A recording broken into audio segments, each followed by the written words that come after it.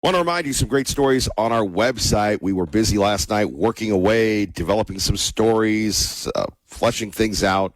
And, of course, we always appreciate it when you read those stories, particularly the Kevin Miller stories. That shows the godless corporation that, you people really like me. And even if you don't like me, it keeps me around. So if you don't want Hilly, Billy, and Willie and Tilly coming in and going, and now here's the news from Kona, then you need to read those things. We take a look at why the Idaho Patriot Thunder was postponed. And, of course, the reaction from lawmakers, from the governor to the attorney general, on the Supreme Court's sports ruling. Those stories and more at KIDOTalkRadio.com. Coming up next, our friend Jonathan Savage joins us. He joins us now right here at 580 KIDO. Good morning, Mr. Savage. Hello, good morning. I'm on KIDOTalkRadio.com as we speak. I'm checking out these stories that you've been talking about. Well, we appreciate that. They're really journalistic excellence, and you can look at the super secret conservative meeting of the nation's conservatives meeting in Idaho, not in our area, or perhaps you love celebrities, and you can actually look at the stars you might bump into right here in Idaho. You'd be surprised. Wow. And one that will possibly be moving to our area very soon if he isn't here already secretly. There are a lot of secret people that live here, a lot of secret stars like Post Malone, Mark Wahlberg. Up north, it's Kim Kardashian. Perhaps you have a home next to the Kardashians. Perhaps I do, but, it's a secret, so I can't tell you.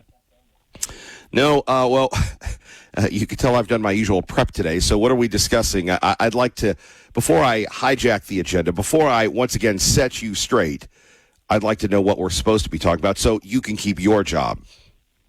Well, so we're supposed to be talking about heat because it's getting very hot in the United States, just as it's been getting very hot in Europe. But the difference, of course, between your country and my continent is air conditioning. 90% of American homes have air conditioning, about 20% in Europe. The heat in Europe has been linked to more than 1,300 excess deaths in the last week. Hospitals and funeral homes are overwhelmed, and the air conditioning debate has been reignited. The World Health Organization says the heat wave is a dress rehearsal for summers that will be harder. Here's a story from the heat wave that's pretty shocking. One hospital near Paris had to borrow large quantities of ice from a fast food restaurant because it didn't have what it takes to cool patients who were critically ill with heat stroke. Well, that hospital has now ordered its own industrial ice machine, and the French government is going to spend $150 million trying to get health facilities ready for future heat issues. Well, why do you people not have air conditioning like the rest of the world? Partly because generally in the past, Europeans have felt they didn't need it. Summers, for the most part, have been cooler than in the U.S., the homes have been, they had thick stone walls, they had shutters, they opened windows at night, and these approaches, they worked reasonably well when our summers were milder, but the average temperature is absolutely rising. We are seeing temperature records broken, it seems like, every single year. So the calculation is changing. One thing that affects the calculation is cost. Electricity, generally more expensive on this side of the Atlantic. Installing air conditioning itself also costs more money. And the kind of money that a lot of people just can't get their hands on it at short notice. And if everyone were to try and to install air conditioning at once, the 93% of British homes that don't have it, there simply wouldn't be the supply. And of course, that would make it cost even more. Well, the impact must be insane. So who's to blame? Global warming, Donald Trump, Kevin Miller, Jonathan Savage? Americans. Well, at least that's what the deputy mayor of Paris has been suggesting. She went on Instagram and she criticized the social media influencers and journalists who had been making fun of France, criticizing France for not having sufficient air conditioning, particularly American social media influencers and journalists. And she said in this post that it's so rich of Americans to say that.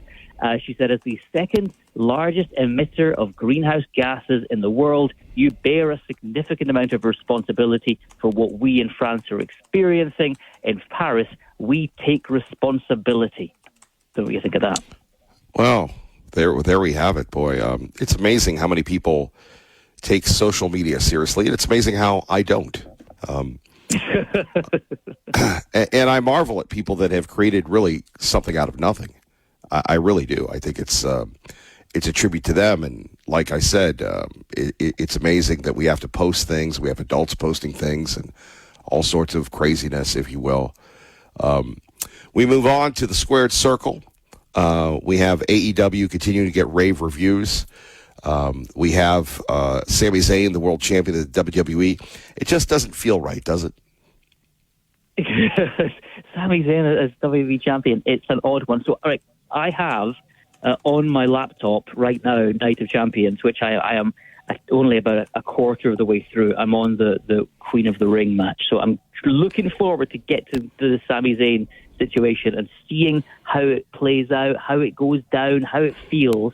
But they have been teasing for years Sami Zayn as WWE champion. Oh, he's never won the big one. He's never won the title. So clearly, they had to do it at some point. But is it going to be the kind of title reign that people will enjoy and it'll change their opinions on Sami Zayn? Will it be a Darby Allin kind of reign where it's sort of, well, you know, you've been around a long time, you're a good wrestler, people seem to like you a fair bit, let's give you the title and see what happens? Or is it simply going to be the kind of title reign where he comes out looking worse than he did when he started? I think of Rey Mysterio's first world title reign, which Vince McMahon didn't want to give it to him, and he spent the subsequent months mostly getting squished and squashed by giants. Well, or, you know, another one you could say a little bit more would be like Bryan Danielson during his reign as well, although Danielson was such a great worker. Yeah, I mean, Danielson's so good he was kind of undeniable. But again, he wasn't really presented as the man. He wasn't presented as the champion. He wasn't presented as the Kevin Miller of WWE. Never mind the Roman Reigns of WWE. So, you know, it didn't always work out for him. I thought that when Bryan Danielson won the AEW world title for a very short time, he felt like a true champion.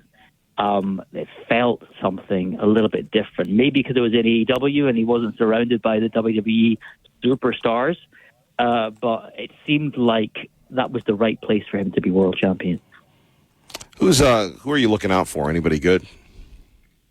Well, I'm looking down at All In, 30th of August. I know now that I will not be able to attend that Wembley Stadium because I'm going to be out of the country. And I'm kind of thinking, okay, who do I want to see on the card at All In? We know it's going to be Will Ospreay against MJF for the world title. Actually, they're talking about Kenny Omega now. Oh, really? You think they're going to change it round? Yeah. I think that might be a better outcome. Actually, a better match. As much as MJF is a decent heel world champion, maybe Kenny Omega is a bigger match because they're not doing too well for tickets for that show, from what I gather. It's an 80,000 seat stadium. Not easy to sell tickets, so they need as big a match as possible. I am wondering whether it's time for Andrade to get the big push. There's something about Andrade that I have always enjoyed, and maybe I'd like to see him get a big match on the card at All In. But, you know, he's always just been a little bit under. Well, who's he going to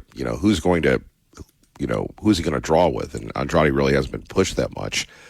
I mean, we have the Don Callis family that he just broke up with, but I mean, it's like 27 people. It's like the New World Order back in the day.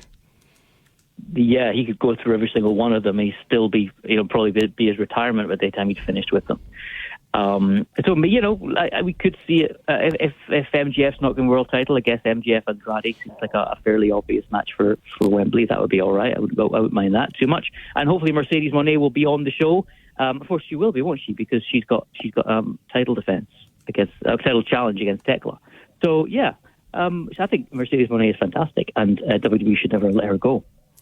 She's not big enough, though, for the WWE anymore. I mean, they do have small people, but I really, besides, I suppose, Charlotte Flair and Rhea Ripley, I don't really see the appeal of women's wrestling. I don't. They're just small and take up a lot of time on the card. Well, I know that's how you feel. You're probably not a big fan of the Liv Morgan Io Sky match, which I've been watching. I'm not a big fan of Liv Morgan for some reason. I just don't buy her. But Io, I love. So agree to disagree on much of that. Well, I mean, basically her character is Harley Quinn from the comics.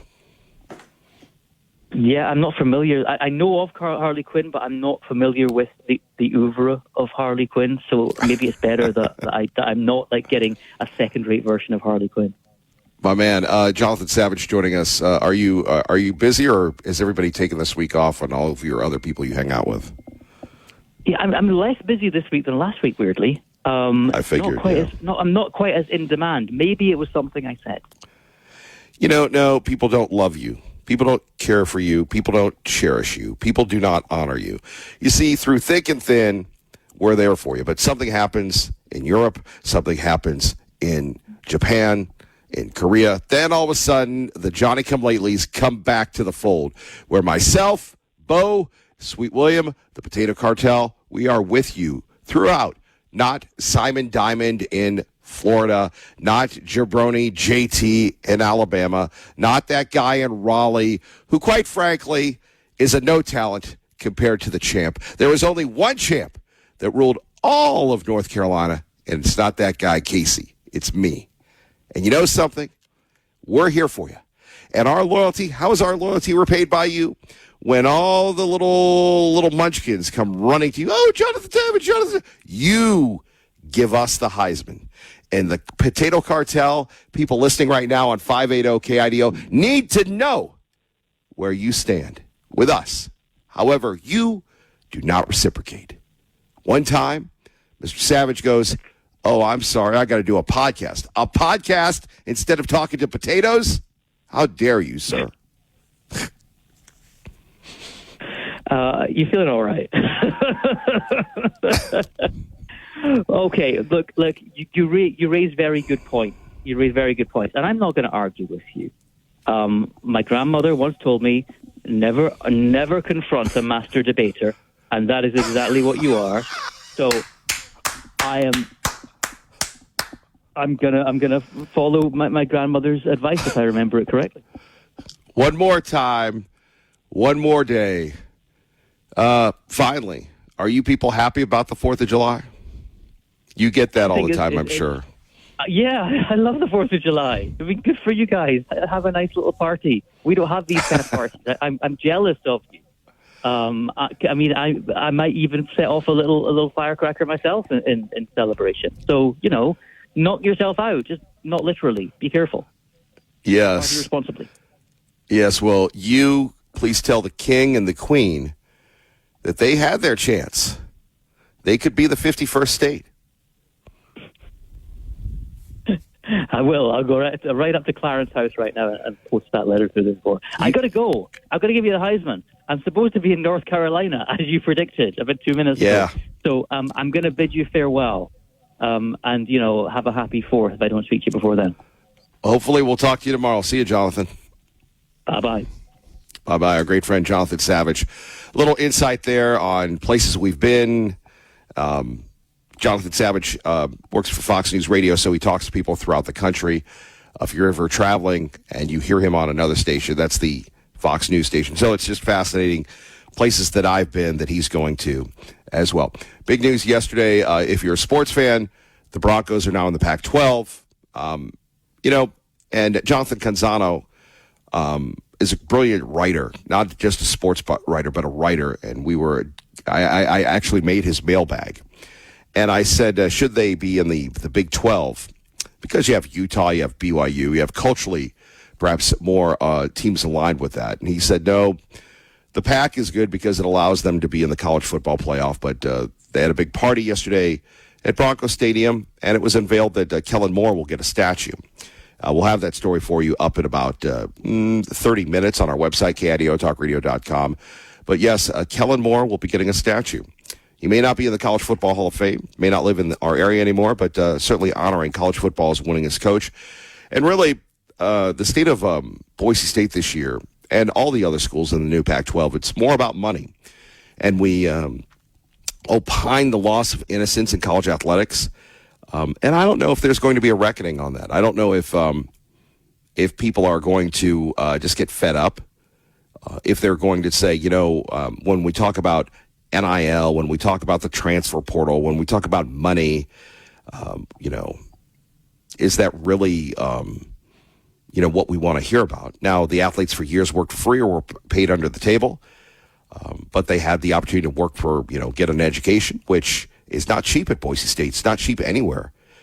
So they, again, it's a different system these days. So, again, you'll read about that story coming up on our website, KIDOtalkradio.com. Over this slow week where we're looking at, the Iranians are still mad. We're going back and forth on that. We can still get your reaction concerning what Idaho did. And you take a look at the governor. You take a look at the attorney general. Take a look at the legislature. And basically, the bottom line was, it was Representative Earhart. It's so funny. Let me just check my mail real quickly. She sent out a press release last night, and I responded, never heard back from her. But basically making herself available. So hopefully we'll hear from her. I'm sure she's very busy, but it really all started with Representative Barbara Earhart, who signed this bill, who wrote this bill, along really with Riley Gaines, who came to the state and spoke and did a lot of, grassroots stuff. And I think what a lot of the progressives don't understand and don't cover is that when you step into the arena of ideas, when you step into today's squared circle, and you are a conservative, your life is threatened. Now, I don't know about you, but my life has been threatened. It's been threatened when I was overseas, when the Somali guys guarding the base pulled their AK on me. It's been threatened online. It's been threatened all over the place. And when you're young and you're vibrant and you're dynamic and you want to do the right thing, you want to stand for principle, you do these things. And I've always felt bad for Riley Gaines, Ben Shapiro, and God rest his soul, Charlie Kirk, for laying it on the line. Because the easiest thing to do is to peace out. But Charlie Kirk didn't do that. And just because it's just you and me right now, and if you're working, thank you, God bless you. But I felt there were a lot of posers post Charlie Kirk's death that said that Charlie Kirk inspired them and all this. And basically they were looking for a click. They didn't know Charlie Kirk. They didn't do this. They didn't do that. And my man Greg Pruitt, he was a big fan of Charlie Kirk. And the Kalishes, I believe they live in Star, great Republicans, great conservatives, great patriots, saw something in this program. And despite the lobbying efforts from certain elected officials, had me host Freedom Stand with Charlie Kirk. And I saw this young kid who was full of fire and conservatism, and his pastor speak to a lot of people. And then Calvary Chapel, I believe that was, or was it the Calvary in Meridian, spoke again, security and all sorts of things. And it was a different Charlie Kirk, still the same guy, still the same whatever, but he had security and stuff. And here you have Charlie that gave his life for what he believed in. And then you have, Ben Shapiro, who has been, threatened and stuff. And now people are, the anti-Semitic moves against Mr. Shapiro are just very downright disappointing. Along with Riley Gaines, who, remember, she was in one of these California universities, had to lock herself in a room because the mob was going to kill her over this stuff. Idaho decided, thanks to Representative Earhart, the governor, the legislature, the attorney general, that they were going to stand up for women. Standing up for women should not have your life threatened. Standing up and doing the right thing should not have people wanting to get you. And that's the mob rule. And it's unfortunate that the media they don't seem to cover the real life issues here of being a conservative, being a target, being a threat. We've forgotten what happened with Charlie Kirk. We've forgotten these things. And like I said, where are all the people? Where are all the people that said that Charlie had inspired them and they're going to do all sorts of things and do everything else? Have they forgotten? It's crazy. Anyway, thank you all for joining us. We are just getting started. Phone numbers here, 580-5436, 580-KIDO. I've talked to the Godless Corporation. Not a lot of commercials today because we're going to be here today. We're going to try to do 2 shows, actually 3 shows of content in 2 days, just because Friday we are off, and then Monday we are back, and then we roll on. Kevin Miller, 580-KIDO. 580-KIDO, taking your calls about the issues that matter to you, and none bigger than Idaho leading the nation with this trans decision. Now, did you notice everybody going after the president with birthright citizenship? I think the president is right. You can't come into this country and have the Chinese tourism.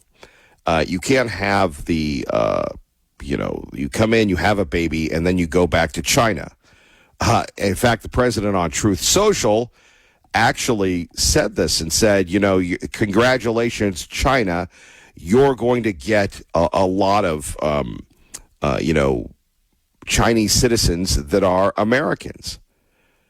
And he's right, what the Supreme Court did. And again, I believe it was 5-4 when we're looking at this. And then the overall decision was 6-3. By the way, let's hear what J.D. Vance had to say. A lot of conservatives, Laura, certainly the people that I'm talking to, that you're talking to, are extremely disappointed in this. I do actually think there's a really big silver lining here, and that's the simple fact that a lot of legal experts expected this case to go the wrong direction by 7-2 or even 8-1. The fact that this case was a 5-4 decision effectively means that the concept of birthright citizenship, which is an absurdity to the 14th Amendment, that concept is hanging by a thread. And so what I take from that is, yes, we've got to fix the immigration system even more. We have to be even more aware of who's coming into our country to make sure that they're not benefiting from this atrocious Supreme Court ruling. But it also means that we have to keep fighting, Laura, because we actually have an opportunity to reverse this decision, just as we've reversed so many bad decisions throughout the generations. Yeah. Really what the Supreme Court has done, if we take it out of the legal realm and put it into the political realm, is given the Republicans life in the midterms, giving us an issue. We can talk about this. Instead of talking about Iran, this, that, and the other, we're talking about the future of the country. And Donald Trump, perhaps just like the Tea Party, may not have won this one, but he's setting the stage for future victories. It shows you that Hakeem and the Democratic Socialists cannot win if America is supposed to stay America. Just as we saw even the blatant liberal propaganda, progressiveness on 60 Minutes, when you had, who was it? The Chinese coming in, flooding our country, dropping off their phones at the Texas border because they were addicted to the TikTok telling them how to become a citizen. Then they'd call the Border Patrol, and with such indignation, because it was like a concierge service, they were mad when the Border Patrol was late arresting them, processing them, catching them, releasing them, allowing them to steal from us. There's a lot of people that are saying the Haitians, it's bad that we're booting the Haitians. It could be. However, at 580-5436, 580-KIDO. Booting the Haitians, booting other people when Americans are starving. It's the right thing to do. Going back to what the vice president said, the country is hanging on by a thread. And as I said, the fact that it was 5-4, pretty good. Are we going to replace Alito if he retires? Are we going to take a look at others? We have to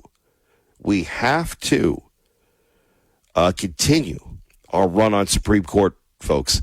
If we could replace one of those liberals, that would be amazing. Here's more of reaction from Stephen Miller with our own Jesse Waters on 580 KIDO. The weapon we have now, all the rulings favoring President Trump, but can we crack down on the birth tourism? Can we seal the border completely? Can we just massively ramp up the deportations? Because it's going to take a lot more to keep this country solid. Well, you raise a very important point, Jesse. So obviously President Trump has sealed the border shut. We've stopped all new illegal immigration, and we have record deportations out of the country. But there's a deeper point that you raised that's really important, Jesse. In most countries, normal countries, you can come as a tourist, as a visitor, as a temporary worker, etc. And the country's just making the decision to let you come here for a little bit and then go home. But if you have birthright citizenship, it means if a person comes here 9 months pregnant to go look around at some things, in a couple of weeks, that is the mother of a lifetime American citizen and a direct line into American cash and welfare for the rest of that child's life. Miller. Right? So you have to Are we banning pregnant women from America? Are we banning foreign pregnant women? Well, what I'm saying, Jesse, is that you have to now think very carefully about who you let into your country, even on a temporary basis, because the possibility, as you said, for birth tourism, right? The idea that people come here just to have babies on American soil, and that baby gets to be a citizen for life. So you have mothers that come in fully pregnant, have a baby, go home, and again, that baby gets Medicaid, and that baby gets welfare, and that baby gets cash assistance, and can send, leave the baby with, a cousin, a relative, whatever, and then just send welfare checks back home. You can support a whole family in the third world. So yes, you can't have the kinds of immigration programs other countries have when you can just have a baby here, and now that child is an American citizen. So there's a lot of things we're going to have to take a hard look at, Jesse. Yeah, they can even get Trump accounts. More coming up next. We'll get your reaction. Kevin Miller, 580 KIDO, your home for Fox News on the radio. Let's get you to work. Oh, yes, here we go. We go to Al in Ontario. It's time for, as we like to call it, the morning owl. Ow. Good morning. Stephen Miller said the most brilliant thing yesterday. And what he said was this. He said, any interpretation of the Constitution that suicides the country is an incorrect interpretation. That is a brilliant statement. It is absolutely correct. And let me tell you something. Not all interpretations of the Constitution have the same importance. Look, all right, the girls, have their own sports and all this, okay? But this really comes to the point of our nation. This really, in some regards, is saying that China can take over America, that China can subvert the United States of America. Now, they have, I don't know how many, hundreds of thousands, millions of Chinese living in China who are American citizens.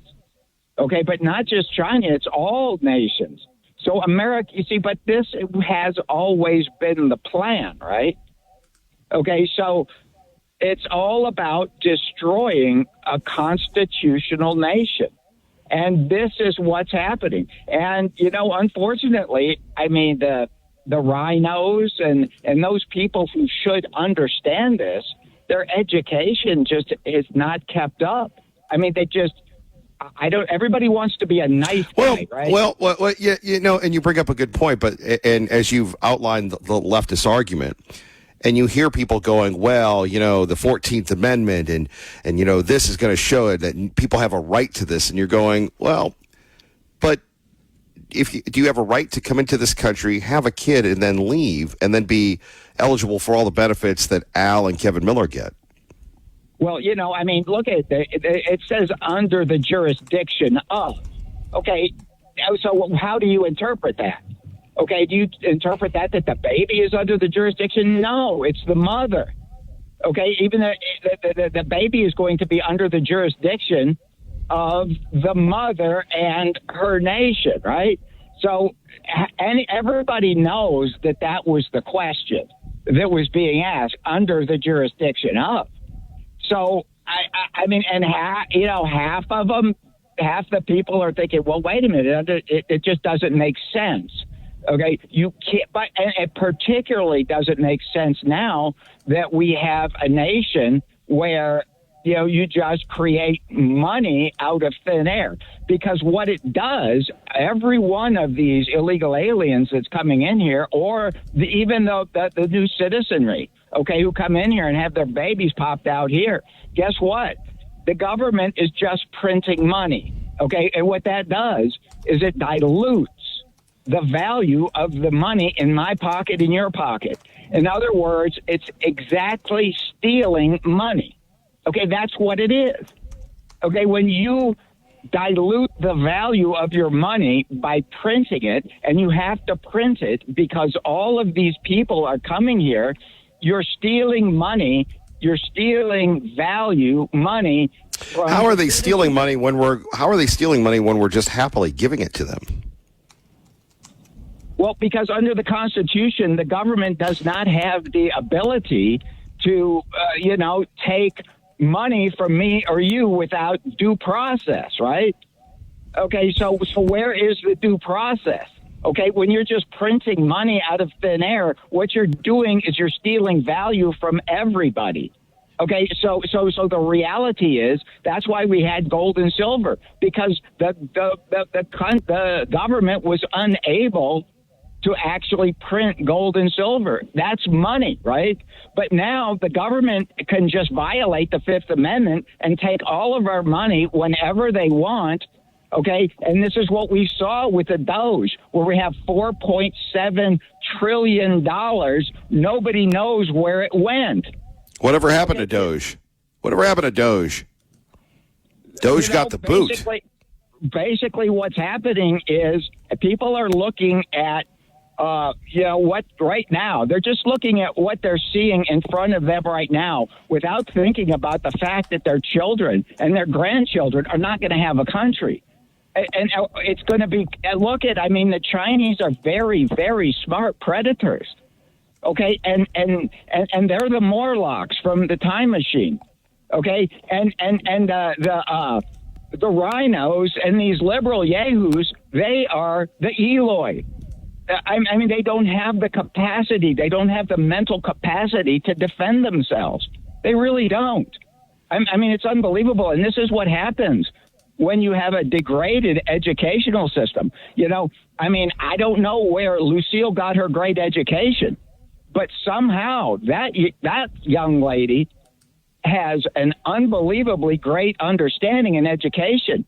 And the basis of education needs to be you have to look inside yourself, okay? You have to have introspection, and you have to be honest with yourself, and you have to be honest and look at the world and look at people, and then try and understand the psychology, the philosophy, and all of the things that have happened throughout history, and try and understand how we should go forward in this world, to make a great country again. Because I'll tell you, we're going down the wrong path right now, and everybody sees themselves as being exploited, right? Everybody's exploited. So you get the people that work at various fast food chains or wherever. They give you terrible service. I think they think they're being exploited by big business or something. No, I don't think it's just fast food places. I think it's everywhere. I do too, Kevin. This is what I'm saying, and we've turned everybody into victims. Everybody thinks they're being exploited, like by big money, right? And really nobody apologizes for their bad service. I don't know about you, but I've just had yesterday. I was like, that character that gets hit in the head, whether it's the Simpsons or the Three Stooges. I just had like 5 experiences with bad services I paid for, and I thought to myself, I need to stay home because this is just a bad day for me. No, I'm telling you, and even me, I've been dealing with people that just there's no service, but you can tell that they feel as though they're being exploited because they're at the bottom of the socioeconomic ladder. So they think, well, big business is exploiting me. Well, no. Everybody has this idea now because they got it from their educations.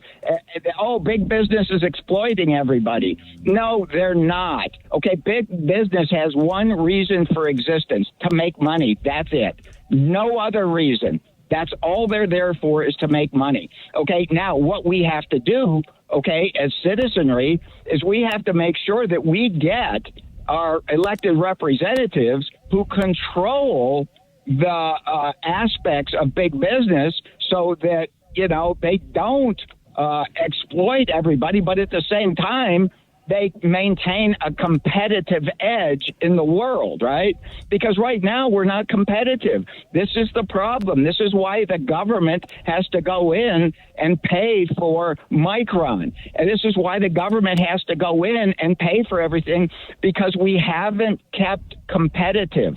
And we need to get back to competitive. Well, I think on the other hand, though, that is a challenge when you have and we go back and forth about socialism and stuff, but the other side that we don't talk about is that you're not competing against people with the same form of industry. You're competing with slave labor. You're competing with all sorts of nonsense. And if it's not slave labor, it's poorly paid labor. So that gives the Chinese and others a distinct advantage. Well, yes, and so those things have to also be taken into account. But at the same time, look, once we've hollowed out our whole industrial capacity, and what this does is it makes a labor force that doesn't really make very good wages anymore, and we really don't have a labor force that can really get out there and compete, right? And so this is a big problem. We have to work and develop a workforce that can actually compete, and we need to have our elected officials who realize what the problem is, okay, and kind of get away from right. But and Al, thank you for the call. The problem though is the problem is that you have other people that are not as sympathetic to the plight of the Americans. They're cheering for another team. A man who cheers for you, that is Ron Grant. He joins us now at 580 KIDO. Paid for by Ron Grant, your safer money specialist. And Ron, here we are talking about money and protecting our money, and nobody wants to run out of money. Good morning. Good morning, buddy. Top of the morning to you. How you doing? Pretty good. Just got some big questions. Let's talk about the retirement rule. And this percentages that financial planners talk about, is that like a prescription? Is that like taking your medicine, Ron Grant? Well, that was created about 30 years ago. And, the 4% withdrawal is, number one, it's highly exposed to market volatility, number one. Income is at risk during downturns. And, of course, you must sell assets to generate income. That's the situation. My clients and I, we have a lifetime income with no downside risk, and it increases as our account grows. And the nice thing about it is we can't outlive it. Now, if we're married, when one spouse passes, the other spouse gets that for the rest of their life. And then when they pass, the beneficiaries get what's left. We participate in some of the upside of Wall Street, Kevin, but we never participate in the downside.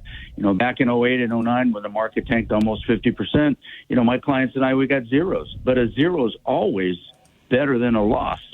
We can never lose our principal, and we can never lose our gains. And that's the nice thing about it. A 401k, an IRA, et cetera, is just a pile of money. It's not a retirement plan. Ron, if people want to get a hold of you, what can they do? Well, I put together an educational website for people to go on 24/7. There's articles to read. There's videos there that they can take a look at. There's also a book they can download, 10 Things to Know About Retirement Income. And that address is safermoneyspecialist.com. But, let's have a conversation right here in the Treasure Valley about how you can have a guaranteed income that you can't outlive, zero stock market risk. Most importantly is legacy protection for your family. That's your dignity money that you worked for, maybe 35, 40 years, and we don't want you to run out of it. My number is 208-660-1372. Ron, we always appreciate it. Thank you very much, and have a great day, sir. Yes, sir. You too. Take care. Paid for by Ron Grant, your safer money specialist. Here we are, Kevin Miller in the morning, 580-KIDO. We would love to hear from you as we roll along. Taking your calls about the issues that matter to you. Obviously, a big day for Idaho yesterday, getting overshadowed by birthright citizenship. And we'll talk about why that's so very important.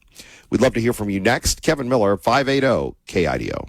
Favoring President Trump, but can we crack down on the birth tourism? Can we seal the border completely? Can we just massively ramp up the deportations? Because it's going to take a lot more to keep this country solid.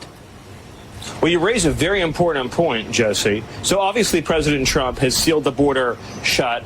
We've stopped all new illegal immigration, and we have record deportations out of the country. But there's a deeper point that you raised that's really important, Jesse. In most countries, normal countries, you can come as a tourist, as a visitor, as a temporary worker, etc. And the country's just making the decision to let you come here for a little bit and then go home.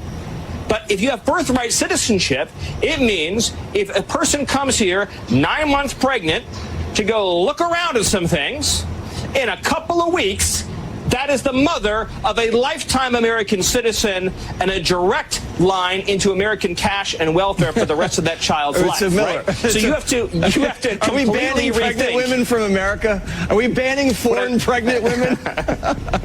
Well, what I'm saying, Jesse, is that you have to now think very carefully about who you let into your country, even on a temporary basis, because the possibility, as you said, for birth tourism, right? The idea that people come here just to have babies on American soil, and that baby gets to be a citizen for life. So you have mothers that come in fully pregnant, have a baby, go home, and again, that baby gets Medicaid, and that baby gets welfare, and that baby gets cash assistance, and can send, leave the baby with, a cousin, a relative, whatever, and then to send welfare checks back home. You can support a whole family in the third world. So yes, you can't have the kinds of immigration programs other countries have when you can just have a baby here, and now that child is an American citizen. So there's a lot of things we're going to have to take a hard look at, Jesse. Yeah, they can even get Trump accounts.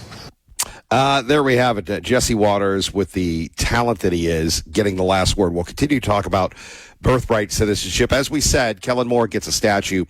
We do have that story for you now on our website, KIDOtalkradio.com. Please check that out. It would be great if you take a look at it, take a read. It was a quick work, but we got it up, and certainly very proud of that. That is available now at the KIDO Talk Radio website. If you're a member of our App Yap Club, we will be sending that to you, at about 9:05 this morning. Let's get you to work safely and on time at 580 KIDO. That means traffic now. Good morning, Dave. Good morning, Kevin. From the Idaho Pizza Company studio, traffic is still running slow coming out of Canyon County into Ada County. We have had a few rain showers in parts of the valley, so you could find a bit of wet pavement out there. Slowing with traffic right around Locust Grove as well. Now's a perfect time to save money and get the annual maintenance done on your AC. Perfect Plumbing, Heating, and Air will tune up your AC for $29. Call Perfect and schedule online at callperfectnow.com. I'm Dave Burnett. That's your traffic now on KIDO. And thank you very much, Dave Burnett. Other news of the day, obviously, we are on the fire watch. Utah banning fireworks. Eagles saying they're going to prosecute people for firing off the fireworks. We want to make sure that you're safe and you're happy and, as we get ready for the silly season. And again, we have people that are going to be firing off fireworks, which is not good. And that means it's going to be a challenge for our pets. Please, please, please keep your pets indoors. Make sure your pets are good and safe and wholesome. And obviously, we want to make sure that you don't lose your pets, because that is a terrible, terrible thing to happen. Much more coming up as we roll along. Some great sound that you'll only hear here at 580 KIDO. And, of course, some local news going on as well. I'm beginning to wonder, about our infrastructure. Oh, Kevin Miller, there you go again. When we're talking about when we're talking about what happened over the weekend with this big flood and everything else. Coming up, we're also going to take a look at the new laws that are going into effect tomorrow. You have Idaho, you have Washington, you have Oregon. All these states are getting more and more new laws. We'll tell you what you need to know, so hopefully you don't run afoul of the new laws. And the city of Boise, led by the Boise City Council, has done something in the name of an emergency that is a good thing, that is a needed thing. And quite frankly, I don't mean to, well, I am an old man. I was an old man when I was born. But the issue of safety on our sidewalks and on our green belt and everything else has become an issue because of a new menace. The Boise City Council has taken a look at this, and they've decided to make a move. We'll tell you about that as well. This portion of the program brought to you by our friends at windowworldboise.com. Check them out today. Please tell them Kevin Miller sent you. Good morning, everybody. 1 down, 3 to go. Stay with us.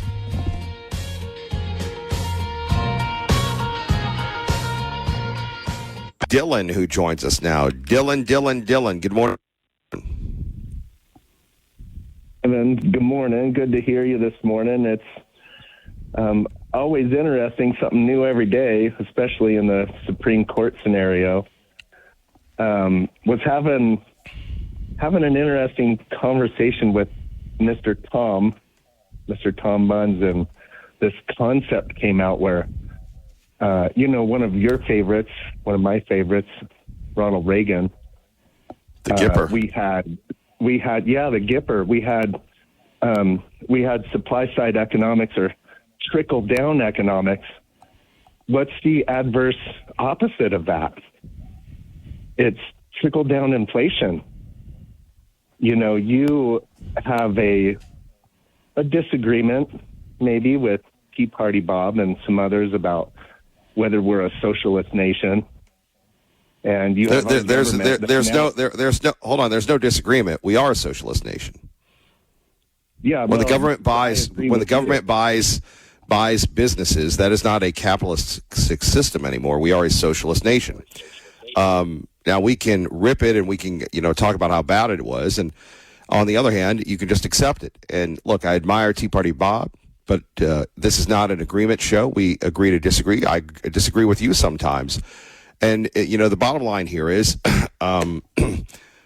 people are very passionate. But you as a native Idahoan know that, thoughts and views, even if they're right, regardless of where they are, doesn't really translate sometimes to the populace.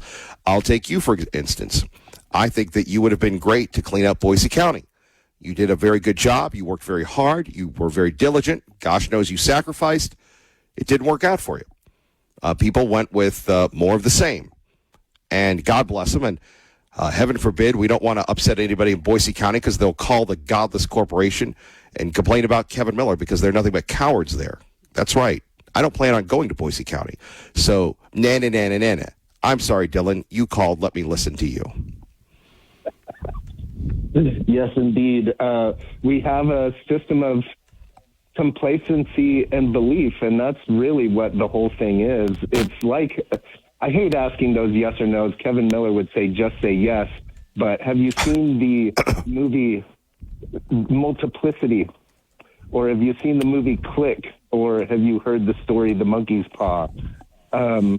These are Hollywood reflections of an addiction that we have in the systems that we create for ourselves. And in the movie Multiplicity, Michael Keaton figures out how to create sort of exact copies of himself, but every time that he does it to go and take care of all his jobs, they get a little stupider and stupider until it runs into chaos.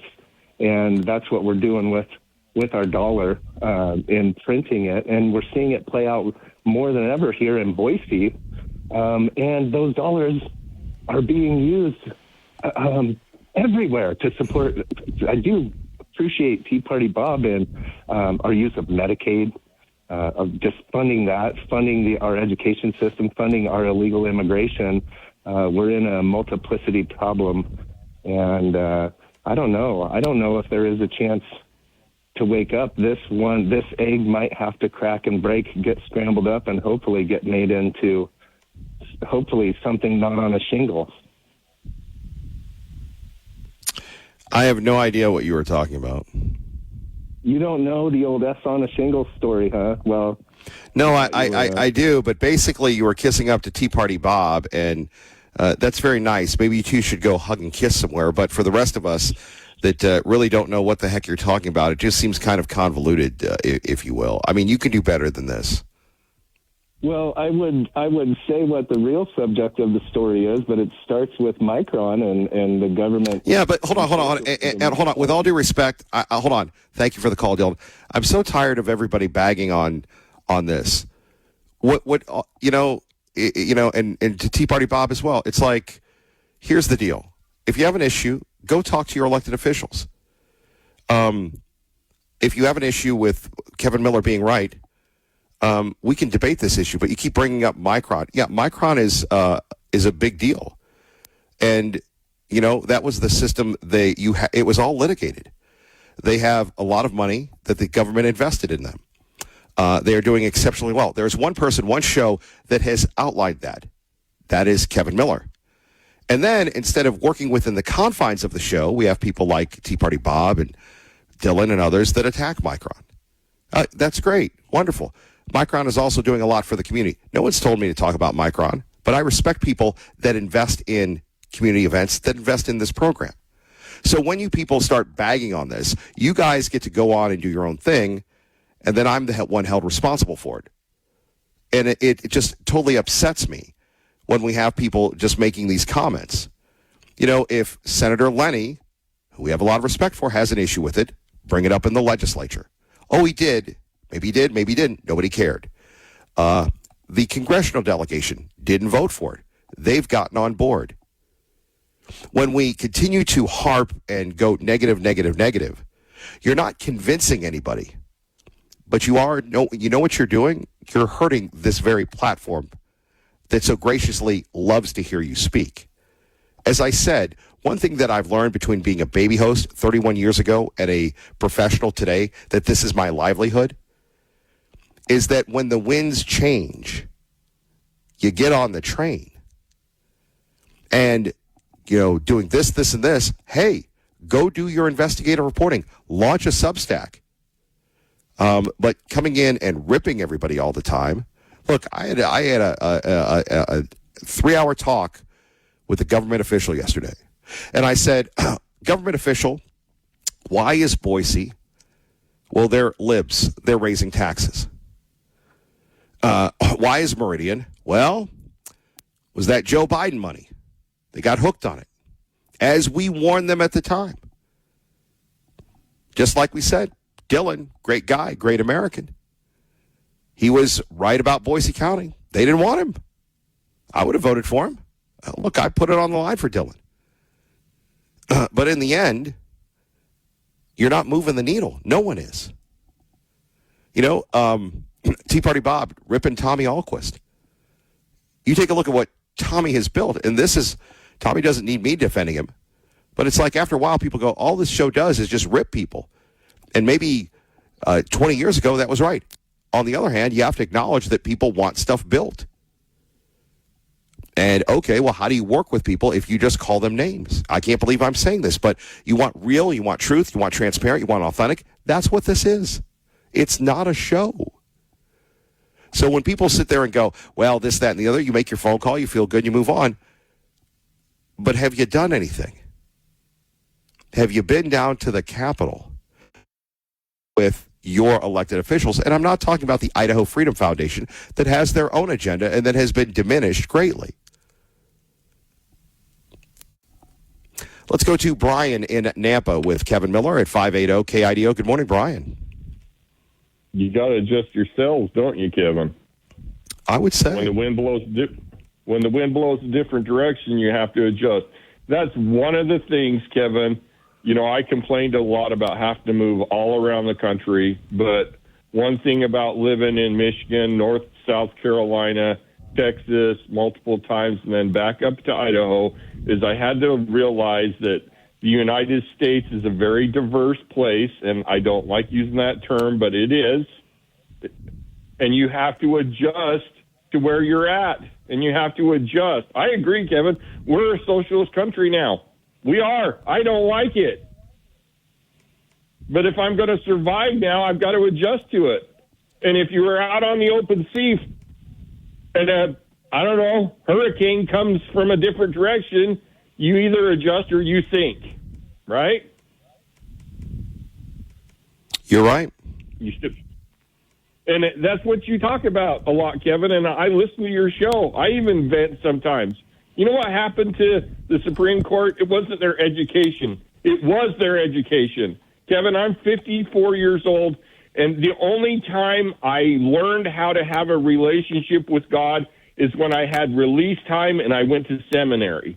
There was no talk about God in church, in school. I don't, if it was very vague and nothing happened. So if you're wondering why we're a socialist country now and why the Supreme Court voted the way they did, a 54-year-old grandpa called Pop with 4 beautiful granddaughters and 5 children of his own, in all of that time, they didn't get taught anything about having a relationship with God in public life for 3 generations. And you wonder what happened. I love Al. He's right. You need an education. My daughter, Kevin, my youngest daughter, I jokingly say I'm creeping death sometimes. What I mean, I'm a natural-born killer. That's my sin. That's my weakness. You know how I tamed that, Kevin? I got a relationship with Jesus Christ and my Father in heaven. And she says, Dad, I'm just like you. How do I fix this? And she said, I'm not religious like you, Dad. How do I fix this in me? Well, you went to therapy. You did all these things. You fixed it in you. How did you fix it? And I looked at her and said, you don't without Jesus. You can get all the education you want. You can go to school. You can get therapy. You can do all of it, but you don't fix yourself without Him. So you want to fix this country? When's the last time, Kevin, I heard an elected official get up and tell me how to get a relationship with Jesus Christ or Heavenly Father? Slim to none. And I hate to vent, but you're right, Kevin, we have to adjust ourselves. I've had to adjust every time I move. You know what's funny about this conversation, Kevin? With all the problems we have in this country, there are still pregnant women willing to leave their home and come here to give their kid the opportunity to live here. So despite all of our issues, and I know they're there, I've been all over this country, seen them all, there are still people willing to leave their home because they want their kids to get something here. What's that say about our country, Kevin? We doing something right? No, I would agree with you. We're doing a lot of great things right. And as I said before, look, I'll give you an example. The Idaho Freedom Foundation, they issue papers and they're doing this. I'm sure they're factually correct. They're not moving the needle. They're not doing anything. In fact, they just suffered a bunch of losses with people that were associated with them. And it's like, you have to find a way, like every day with this show, in spite of our challenges with the signal, in spite of our challenges with this, that, and the other, I'm obsessed with bringing in people, keeping people, and trying to make this show better. And you have to be that way. You have to come up with innovative ways. If not, you're not going to be where you want to be. And we go back to, and it's funny, I brought this on because I was the only one in this area that said, and maybe as a talk show host, that we are a socialist country now. We are. But what we found was our ways of competing against slave labor, against the Chinese, were not working. So in the interest of national security, we have given companies money to move their factories here. And from what I understand, the Micron facility is even going to be bigger than what we're saying right now. And you have a lot of people that are employed there. you have a lot of people that this is going to benefit greatly. And so just dwelling on the negative, here's another one. You're going to love this one. Do you remember when the Chinese, during the first Trump administration, wanted to buy Micron? And it might have happened under Barack Obama. It might have happened under Joe Biden, but it didn't because the president prevented it. Now, if we were a true capitalistic nation then, he would have allowed it. It would have been, well, who are we to stop this? This is the free market. But he did stop it. So socialism, like when you're talking about death and everything, has been creeping into our system for a long time. And we could talk about the social safety net with, programs that help folks and stuff. If we were truly in the 1900s, we would have no laws on child labor. We'd have no laws on protecting people. We'd have nothing to do with people. So you can't work, too bad. You're on the street. But we are not. We are more a socialist country than we are. And then you take a look at the democratic socialists that are, taking over.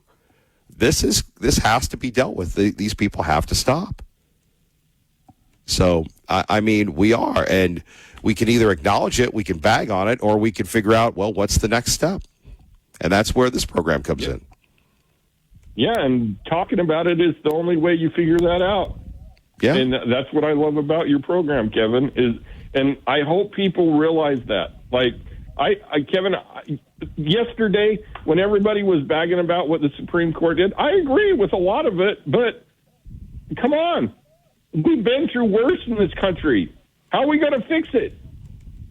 It's time to, I vent too, don't get me wrong, but how are we going to fix it? I like what J.D. Vance said. Hey, look. It was 5-4. Yeah, we got some work to do, but look how far we've come. Like I'm happy that the president can fire whoever in the executive branch. Hallelujah! It took 90 years, but that's progress. Right. You got to take your wins. So anyway, love you, Kevin. Love you, Brian. My 2 cents. Appreciate you. Boy, it is hot and heavy, even though it's one of the more slower times of the year. We'd love to hear from you. 580-5436, 580-KIDO. Coming up, we'll talk about new laws coming into the state of Idaho. Are you excited? Kevin Miller, 580. Kevin O'Leary made the accusation that the people in Utah opposing the data centers were tools of the Chinese government. And Mr. O'Leary's point, although a poor one, a poor example of how to make it, was obviously that the Chinese are going to win if we don't build these massive data centers in Utah and in Idaho and everywhere else. Everywhere else. And he continued on, wasn't challenged on Fox News. And I took a look at this and I'm thinking to myself, I think O'Leary went a little too far. And in doing so, in going too far, Fox News had to issue a retraction. And when you issue a retraction, it is never, never good. So we will take a look at that issue. But this Utah thing is blowing up. It's very different. Going back to what Dylan talked about, there is an industrial complex in these states. And it's, we take a look at this and we look at and what it means to the state of Idaho. Let's just say that we have this incredible opportunity, we'll just say to build this one of a kind. We're going to replace the Mall of America. And in replacing the Mall of America, we're going to need a ton of space. A ton of space. And in doing so, we're going to have to sacrifice a lot, and it's going to take a lot of resources. Well, what has really ended The timber industry in the state is what? The spotted owl, or whatever you want to call it. The environmental lobby. But do we have an effective environmental lobby today? Do we have an effective environmental lobby? Take a look at the Boise mayor. The biggest winner of bringing Micron to Boise was Lauren McLean. She and the governor backed this thing. Nobody else did it. Nobody else was in favor of it. Not our congressional folks. And remember, they were ripping it on Senator Risch for showing up at the ceremony. But is she going to stop the environmental, any type of environmental issues? Is any Democrat, are you going to call in the ACLU, the Sierra Club? No. And that's something that could be on the horizon. Thankfully, we've had rain. But what happens when it's mid-July or mid-August? We entrust the state and the stakeholders to, think of these things. It's what we hire them to do, right? We hire them to look at our standings. Just like a good fiscal steward of finances, you have to make sure you have enough money. So this is an issue that, again, I don't think it's going to be covered by anybody. Maybe us. But again, we're very, very limited. So here are the new laws that are going into effect in Idaho. House Bill 752, which partially blocks a statute that makes it a crime for a transgendered individual to use the bathroom, aligning with their gender identity. Man, this is why I love plumbers. Being a plumber is non-political. Being a plumber is just one of those things. There's no left defecation. There's no right defecation. There's just dealing with defecation and proper hygiene. And yet, here we have people making bathrooms political. We'll get to more laws in a minute. Remember, you can always read these stories on our website, KIDOtalkradio.com. Let's go to Liberal Steve, who joins us now at 580-KIDO. Good morning, LS. Good morning, KM. Before I talk about Megyn Kelly, I'd like to just say, when I listen to people like Dylan and Brian and Tea Party Bob and so-and-so from Emmett, Idaho, except for Boise, Idaho is full of stupid people and stupid small towns, period. Anyway, my question to you is, why is Megyn Kelly so bitter about anyone who was not her? Well, to know the history of Megyn Kelly is to know the history of someone who battled their way up from obscurity to being perhaps the next Barbara Walters, to see it all blow up in her face. And again, Megyn Kelly was, and by the way, when you see her in person, the camera is amazing with her. There are two types of things when involved in television. The camera either does you justice or it doesn't do you justice. For her, she looks very different in person than she does on camera. I know that because I've seen her many times in person.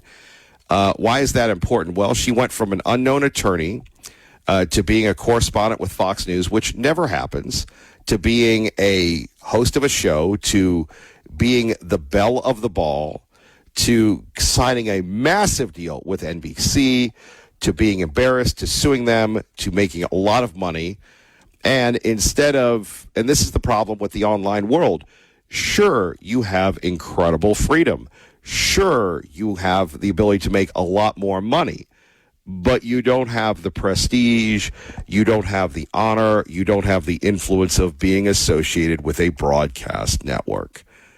All the online people, as successful as they are, they all want to be where we are. And a lot of us that are here want to be there.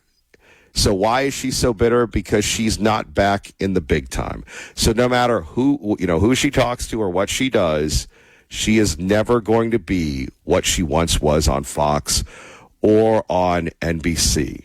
And again, a lot of people what they want to do is she signed a big deal. She was going to be the Barbara Walters of NBC.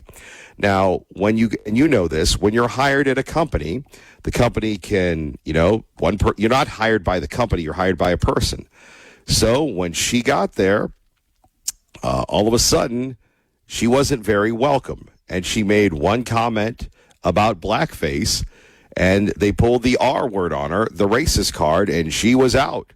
Now, was it, and Megan played the gotcha game, playing the touchy-feely post-Today Show vibe. That was not her strength. Again, she had her own Sunday night special and everything else. It was a giant disaster. And when you're dealing with talented, opinionated, provocative, intelligent people, they have to be managed.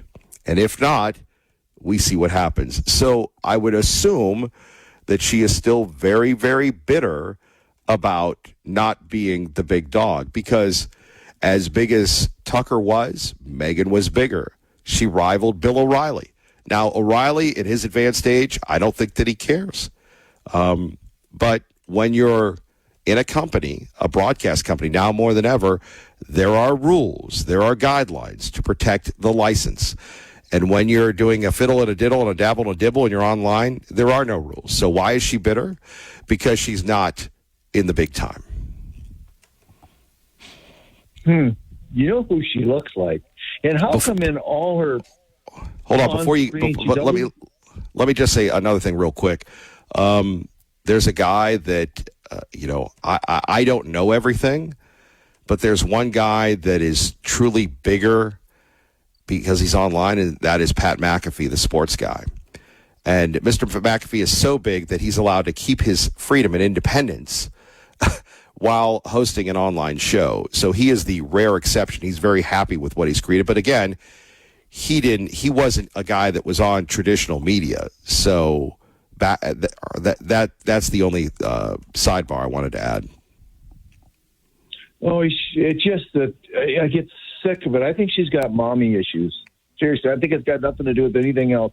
I think she's got, because she always used to have her mommy on her show, and her mommy would just sit there like, oh, you're not that good, Megan. You're not that good. You just think you're that good, but you're not. It's like they go back and forth. It's like she's looking for mother approval. And those outfits, how come she's always got to show her skinny little shoulders along with that horse face? Good God. It's got me all ticked off. I watch her because of that. That's the only reason I watch her, because she ticks me off. Her and Tucker Carlson. Tucker Carlson thinks, his what don't stink. He thinks he's perfect.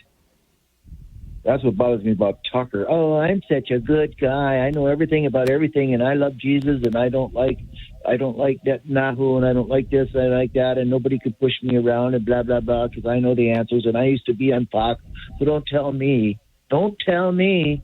Don't tell me. I know. Well, I'm reading a book on Tucker Carlson called Hated by the Right People, and it's fascinating how many times his career has been up in shambles. So it's interesting to read the behind the scenes and how even the Weekly Standard didn't want to hire him, but they did. But it's anyway, Liberal Steve, thank you for the call. Let's go to Denny in Nampa with Kevin Miller on 580 KIDO. And by the way, we apologize for him calling Megyn Kelly a name. We don't like to call names unless it's a creative name. Hello, Denny. Thanks for your patience. Good morning. Good morning, Kevin. KIDO 580.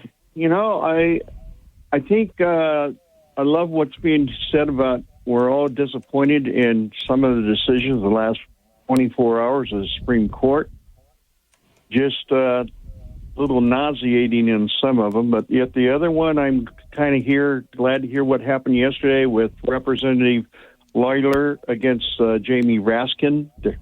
Their little debate and argument they had yesterday, back and forth, concerning how the Dems like criminals, when you had a bunch of mothers and fathers behind a lawyer as they were arguing about how the Dems love, it's okay, we're going to accept all the murderers and killers in the sanctuary cities and the communities in the United States. It was a great debate.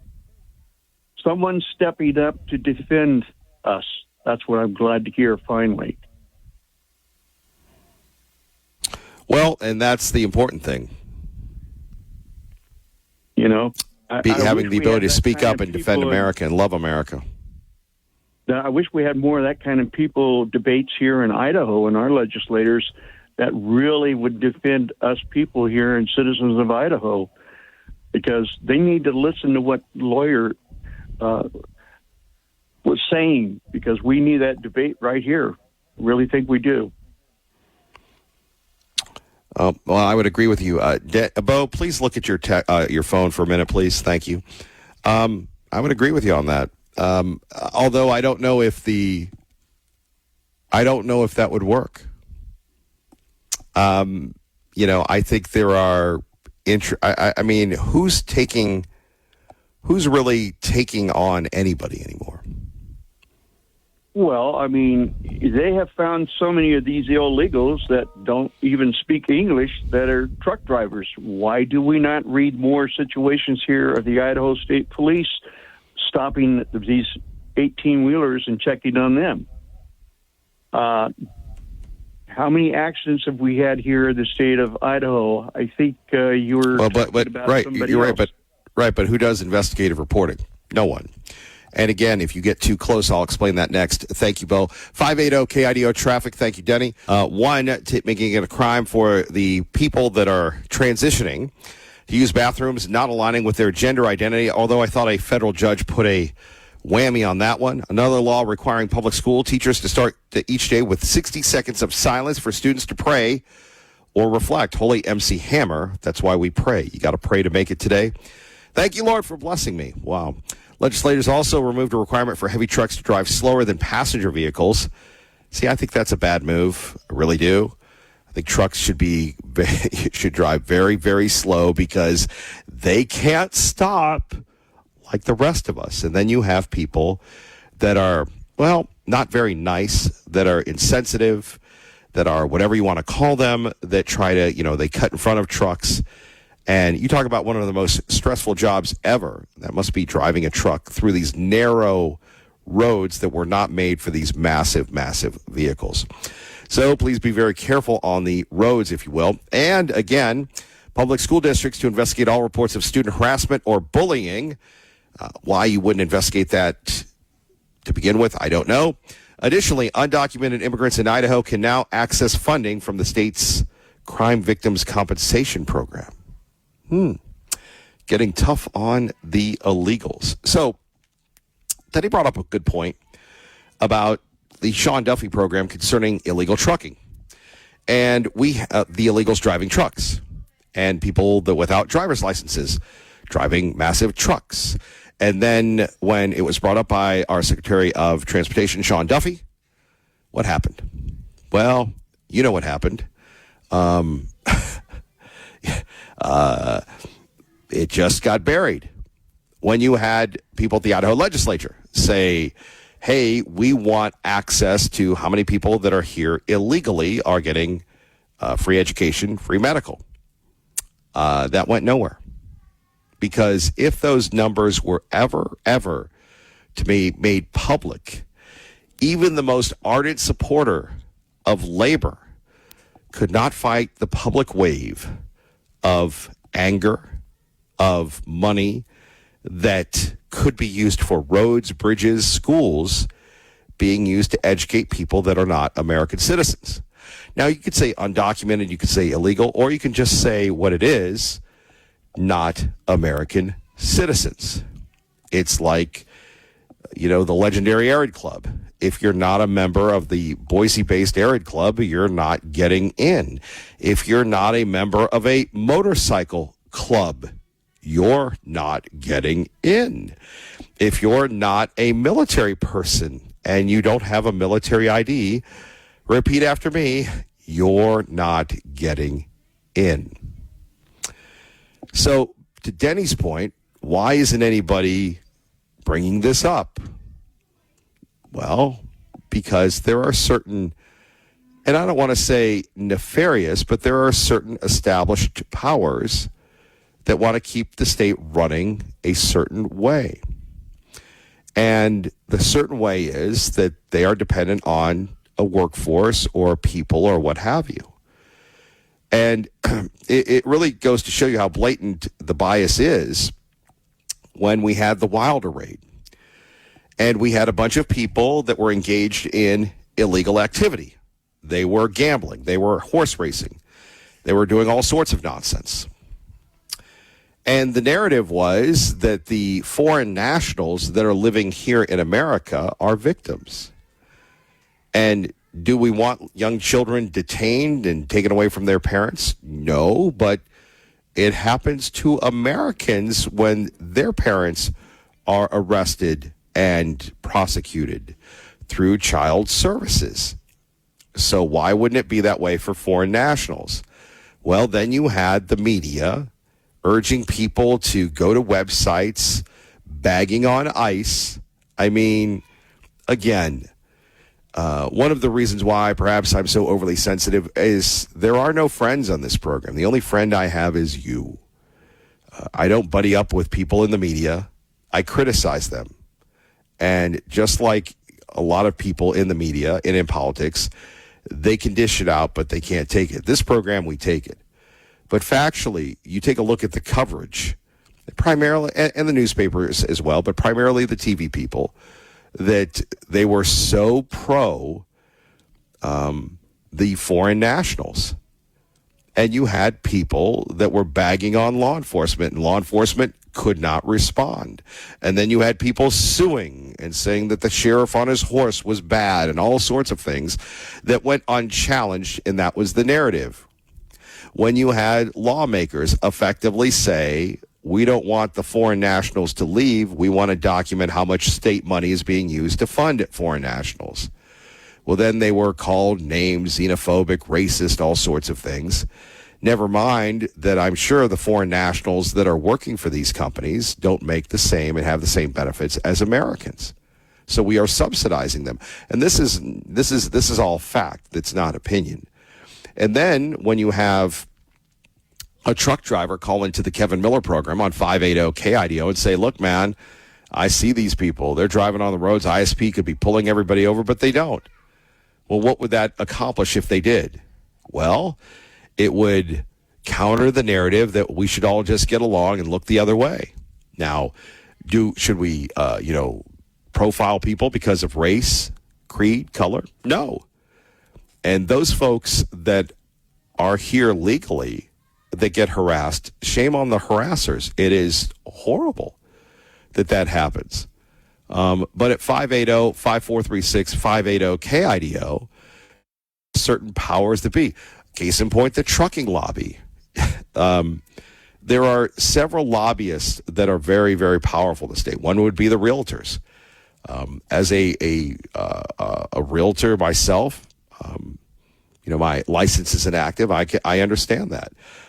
The second is the transportation industry. How do I know that? Because when we got hit with the additional gas tax, when we got hit with the additional road taxes, one group wasn't targeted, and that were the truckers, because they have a very good lobbyist. I was talking to a friend of mine in the restaurant business and in the small business community, and they were going, yeah, we always get hosed. And I go, dude, you need to hire the trucking lobbyist, whoever that is. They do a good job. So that is why, Denny, you're not going to have that. And you can say it's a Mountain West vibe. You can say it's this vibe. And you could say it's the ineptitude of any type of opposition to this, besides posting things on social media. And I understand it's frustrating. We got a guy in New Meadows that, would grab the pitchforks and storm the Bastille, but he would be the only one storming it. So you have to work within the confines. I hope that answered your question. We are getting a response to the Supreme Court's decision concerning Idaho and Idaho sports teams. And remember, because of this state law, the NCAA stripped Boise of a tournament.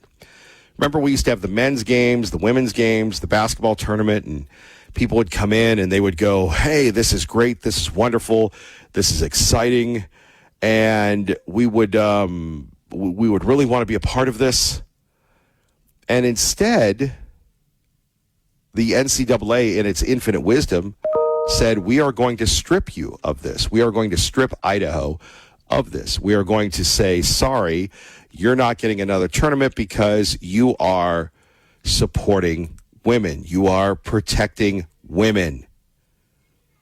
Now that the president has said that's not to be, now that the Supreme Court has backed Idaho, will the NCAA bring the tournament back to Extra Mile Arena, the men's or the women's? And I can remember a lot of people took a lot of great pride.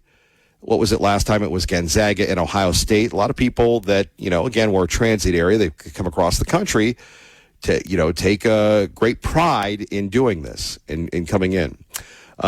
So, again, more explanation. And when you have a fractured base like we do with the Republicans in this party, I mean, what would be a great unifier? It certainly wasn't repealing the grocery tax. Land rights. I'm trying to think of what could bring everybody together. Props to Victor Miller and his group for keeping out the weed. I believe the weed failed. Hopefully it did. That's not even a unifier because you have some prominent Republicans that are very pro-weed. They love to smoke the weed, or they want people to smoke the weed. And others are very prominent with the gambling, so that wouldn't do it. I'm trying to think of a unifying, here we go, guys. It's certainly not illegal immigration.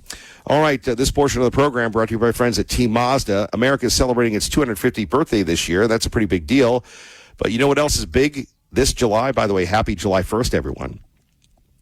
No, Team Mazda isn't 250 years old, but they are calling it Team 250. But Aaron and Joel have figured out how to help you drive a new Mazda or a better pre-owned vehicle for $250 a month. They've got lease specials on new Mazdas with payments up to $250 a month. And if you're shopping pre-owned, they'll help you find a quality truck, car, SUV with a payment that fits your budget right around, guess it, you guessed it, $250. Then they sweeten the deal by giving you a $250 gas card, not a gift card, a gas card with your purchase. So how about this? At Team 250, a $250 payment and a $250 gas card. And remember, only Team Mazda gives you 130% of book value for your trade with a minimum $2,000 trade allowance, even if you're currently riding is a worthless clunker, clunkety-clunk, junkety-junk. Get pre-approval today at GoTeamCredit.com. There's no impact on your credit score, and you'll instantly see your buying power. Celebrate Team 250 this July at Team Mazda, the pre-owned superstore on the Boulevard, or online at GoTeamMazda.com. That is GoTeamMazda.com. Please tell them Kevin Miller sent you. Phone numbers here, 580-5436, 580-KIDO. We roll on as we talk more about the president. The president getting ready to go on the Qatar Air Force One. By the way, Qatar, a big deal in this state. We'll explain next. But the president talking about the Iranians. Things are going. The denuclearization of Iran is moving along well. They've had very good meetings, and we'll see. We hit them very hard for 3 nights, as you know. But we're getting along very well. So I call it the denuclearization. And it's all taking place. It's all going well. The stock market is setting records virtually every day. The oil price is way down. We're down at 68. I see it hit 68 today. That's lower than when I started the, I guess you could call it an attack on Iran so that they never have a nuclear weapon. So the oil price is now lower. The retail prices, the gasoline is coming down rapidly. And much more next. We do have a war going on. Kevin Miller, 580-KIDO. 580-5436, 580-KIDO. The Kellen Moore statue announced yesterday at Boise State. We have that story for you on our website. And again, Boise State holding a media day, if you will, the Pac-12 launch event. Great to see our friend Tyler Ricks there with his family. He loves the Republicans and he loves Boise State. Always good to see Tyler throughout the years as people are very excited about the Pac-12. Again, big announcement that they've had the Kellen Moore statue. I would hope, and we've been pretty right about this, and you would hope that people would give us, a little vibe on this, but apparently not. We told you that they were going to be selling the blue. We told you they would sell it, so they're still selling the blue. They sold it to some big money guy before that. from one of the websites, because that's really how you make money on websites, apparently. So I'm looking at this and I'm thinking, are they going to honor the team that really broke college football? And that would be the first Fiesta Bowl team. You know, think about that. Think about that for a moment. The first Fiesta Bowl team that really changed college football forever, led to the rise of the college football playoff. It hasn't really helped teams like Boise State. One would say that there was a giant course correction with the powers that be to allow, to make sure that teams like Boise State, which there aren't any, to never get a chance again. Before we get to traffic, I want to tell you about this story in Seattle, which is crazy. Seattle schools are so bad, they're upping their school security, including bulletproof film, cameras, and even medical protectors. I love this. They're saying, look, if you go to a Mariners game, you have to do the same thing. Why not schools? Last week, I told you that Seattle Public Schools Superintendent Ben Schuldner said all options are on the table when it comes to balancing the budget, including school closures and layoffs. But this summer, he says he also wants to work on safety, both in and outside of the classroom. For Seattle Public Schools Superintendent Ben Schuldner, it's been a busy first semester as leader of the district, having inherited an $87 million budget deficit and starting just after 2 SPS students were shot and killed at a... Another reason why people are moving to Idaho.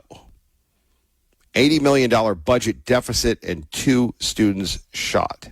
Bus stop. He says now it's about making changes. Working on everything from, the bullet-resistant film to cameras, to single point of entry, to secure vestibules. Schuldner says the list of possible changes also includes more cameras so there are no blind spots around schools, and maybe adding other equipment like weapons detectors. They might be controversial per se, but like when you go to a Mariners game, you go through them. When you go to Macy's, you go through them. He tells me changes like all of these will come in the next year or two. It's a big district, 106 schools, but we do have a good capital. But Schuldner says more than anything, he wants to be sure staff, students, and parents are on board with the decisions that are made. What we have to make sure of is that any decision we're making, be it weapons detectors, be it the film, be it fences, is that we're doing it with the school community and not to the school community.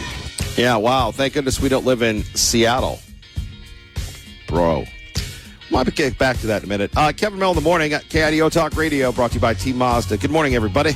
Good morning.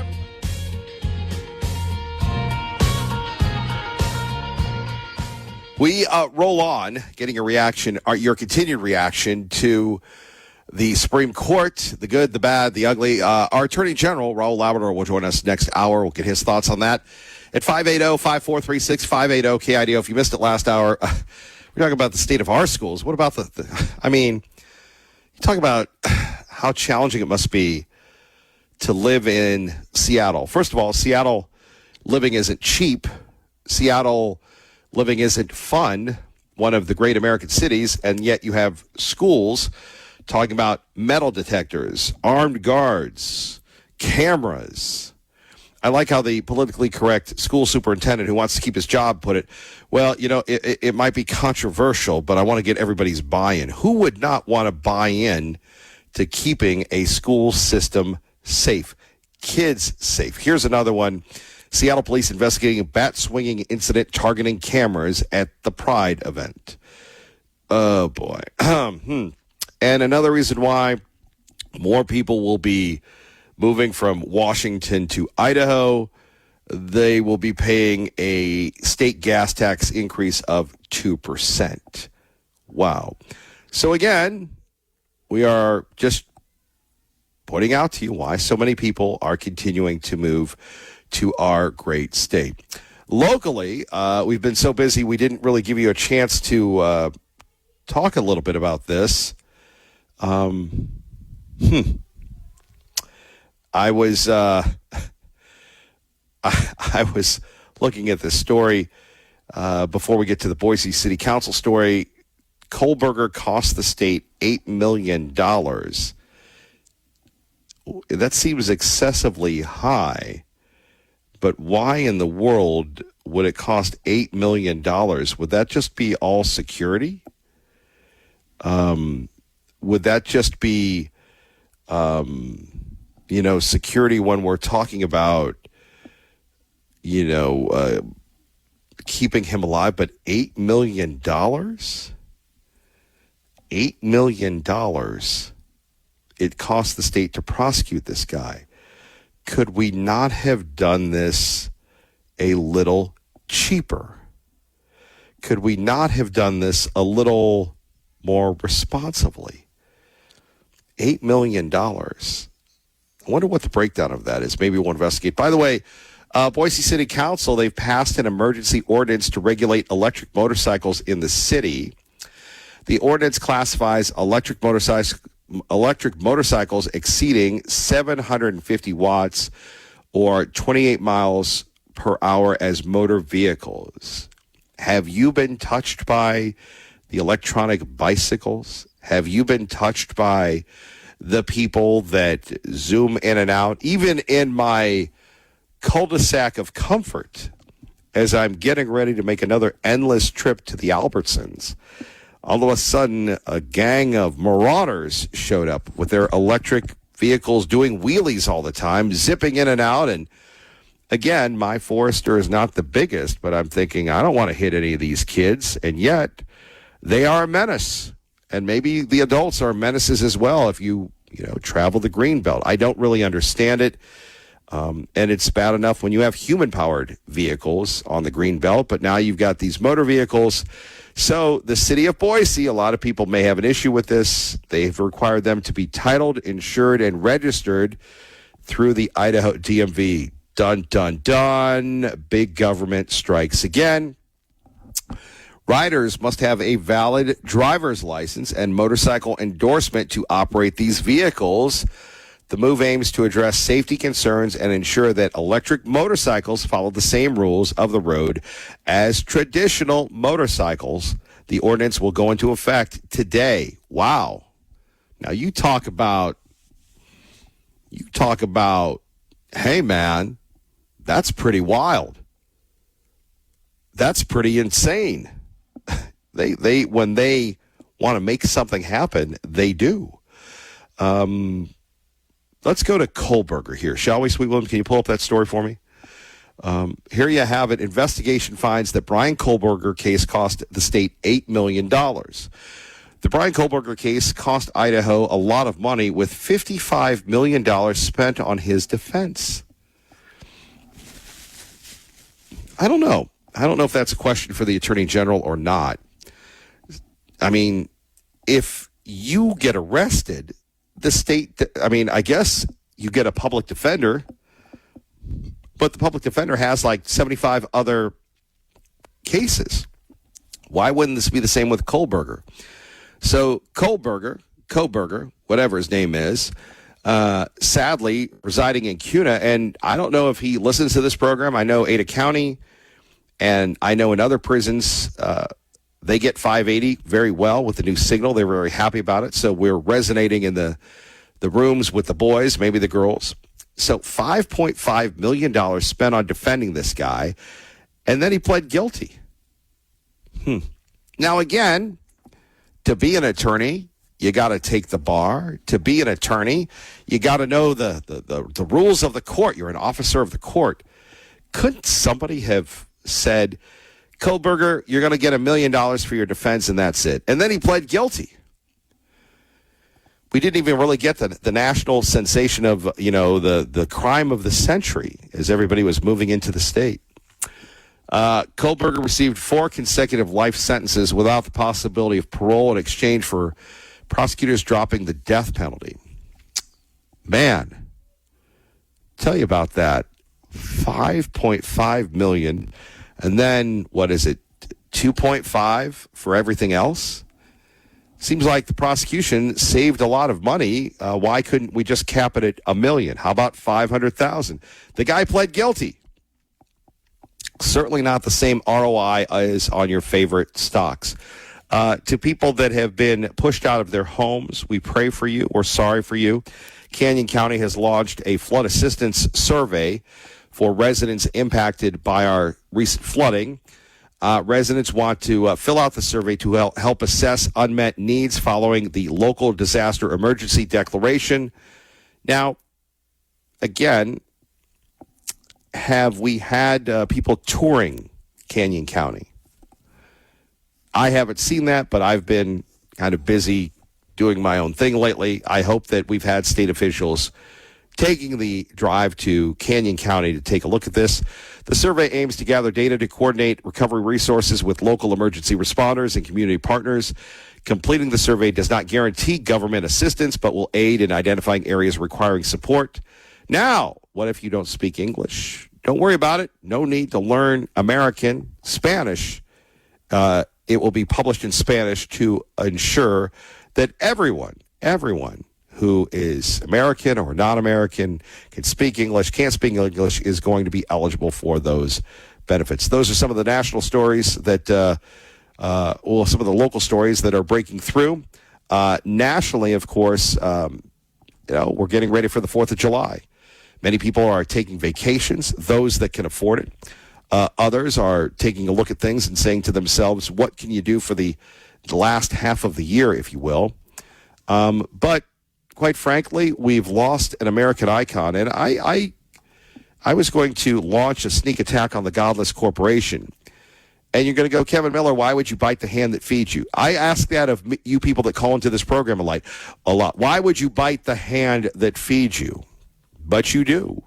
You love to bite. You love to go droppity chop, chop, chop. And you sometimes draw blood. But part of my thoughts to the Godless Corporation is we just had the Boise Music Festival. Just an amazing, amazing time with the Boise Music Festival. And I wanted to take over the music festival because around the broadcast center, everybody always, pitches their ideas. I said, what about Debbie Gibson? And they all laugh at me. Well, this time I really had, I thought, the best ever headliner, and that would be the Village People. Look, you can say what you want. Even before Donald Trump, President Trump brought them back, you can't argue with the Village People. It's fun to stay at the YMCA.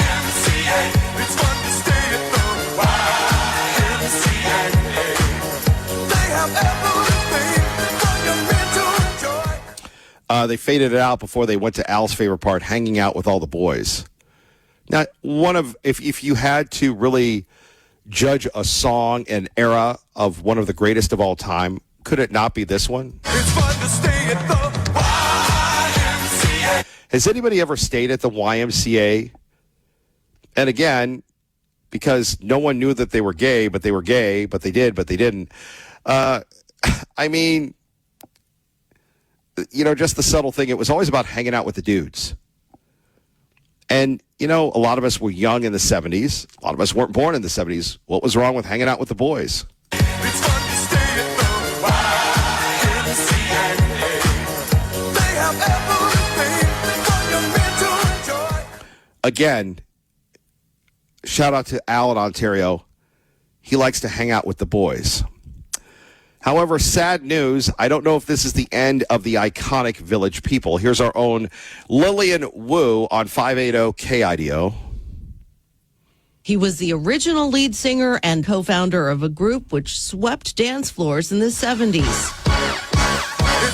Victor Willis, frontman for the Village People, often performed as a helmeted police officer to some of the group's biggest hits, many co-written by him, including Macho Man in the Navy and YMCA. Willis left the group in 1980, rejoined briefly in 82. In 2012, he won a landmark ruling in a case which allows recording artists and writers to reclaim their work. In 2017, another reunion, remaining lead singer of the Village People till his death Tuesday at 74, after what the group said was a brief but aggressive illness. His wife shared a similar statement. Lillian Wu, Fox News. What I don't understand is he was only 74, so how young was he when he wrote Macho Man? Now, if you're ever looking to take up walking and losing weight, as we've talked about, with our friends at Peak Health, Idaho. Had a great meeting with Dr. Eric Lyle last week. We went over the results. We've got a game plan. I just talked to my video guy, Rome. We have that video that we'll put on YouTube coming up very shortly, the shorts, a lot of post-production going on. But I was speaking with him about, proper nutrition and taking care of yourself. And if you want to live to your 70s or 80s, and just some of these tests that they put me through. And again, I'm sure Beverly's at work right now, but the test they put me through, the blood test that went far beyond the normal blood test you get. Now, again, sometimes insurance covers it, sometimes it doesn't, but you're making an investment in yourself. Whether it's Beverly with the nutrition, Dr. Lyle with the medical, and, I'm on these B vitamins now because my lipo-schmippo is a little high. It might be genetic. It might be in reaction to statins that I had, working with my guy, Jeremy Fricks. It's a team effort. And, we always talk about return on investment. And as I'm experiencing, and with Peak Health Idaho, you get that return on investment. There's stuff that I didn't know about myself. Sometimes I lived 58 years. I didn't want to know about myself. Okay. But I learned. And again, part of this is just taking some B vitamins because, intellectually genetically where I'm at. And I take for granted that I know enough to be stupid and dangerous about fitness. And, I've experienced the yo-yo. You train and then you reward yourself and then you get off the thing. But if you are new to lifting weights, it can be intimidating, especially today when everybody's on TRT. And you go into the gym and everybody's, tough guy or alpha female and all sorts of things. Now, for me, that's my native environment. Radio first, bodybuilding second. So I can roll with anyone. But if that's not you, our man Sean at Peak Health Idaho, they develop a custom program for you. And Sean takes you through the gym. They have a gym there as well. And showing you the workouts and educating you, not talking down to you. Look, I don't know if you've ever done a VO2 max. It is one of the state-of-the-art things where a VO2 max can determine your longevity, and it's something you can improve on. And years ago, I went to a place in Salt Lake that had a DEXA body scan, which is the most thorough, in-depth determination of how much fat you have, not just the fat you see, but the visceral fat you can't see. And God bless my wife, she did the same thing. She did the VO2 max, and unlike me, that's a sissy, she did it fine, but I got claustrophobic. And because they put the mask on, and you got to breathe through the mask, and my man Sean got me through that, and it was great, and we have the videos of this. And we will share that with you coming up very, very soon. I'm not teasing you. I'm going through the program myself. Again, I lost 120, 130 pounds. The last 100, we want to document it. And we're putting it on the line. I have failed many times. But, again, I've never experienced what I'm experiencing at Peak Health Idaho. So if you want an ROI on your wellness, you want to be around, please take a look at that. And, you go back to this guy, only 74. It used to be 74 was, man, that's old. Today you have people, 80s. Look at the president. Now, the president must have some insane genetics because he doesn't exercise. He doesn't exercise, and he eats McDonald's. Now, probably unlike Kevin Miller, he doesn't, eat to live or live to eat. He keeps it, in perspective. But a lot of us have that issue.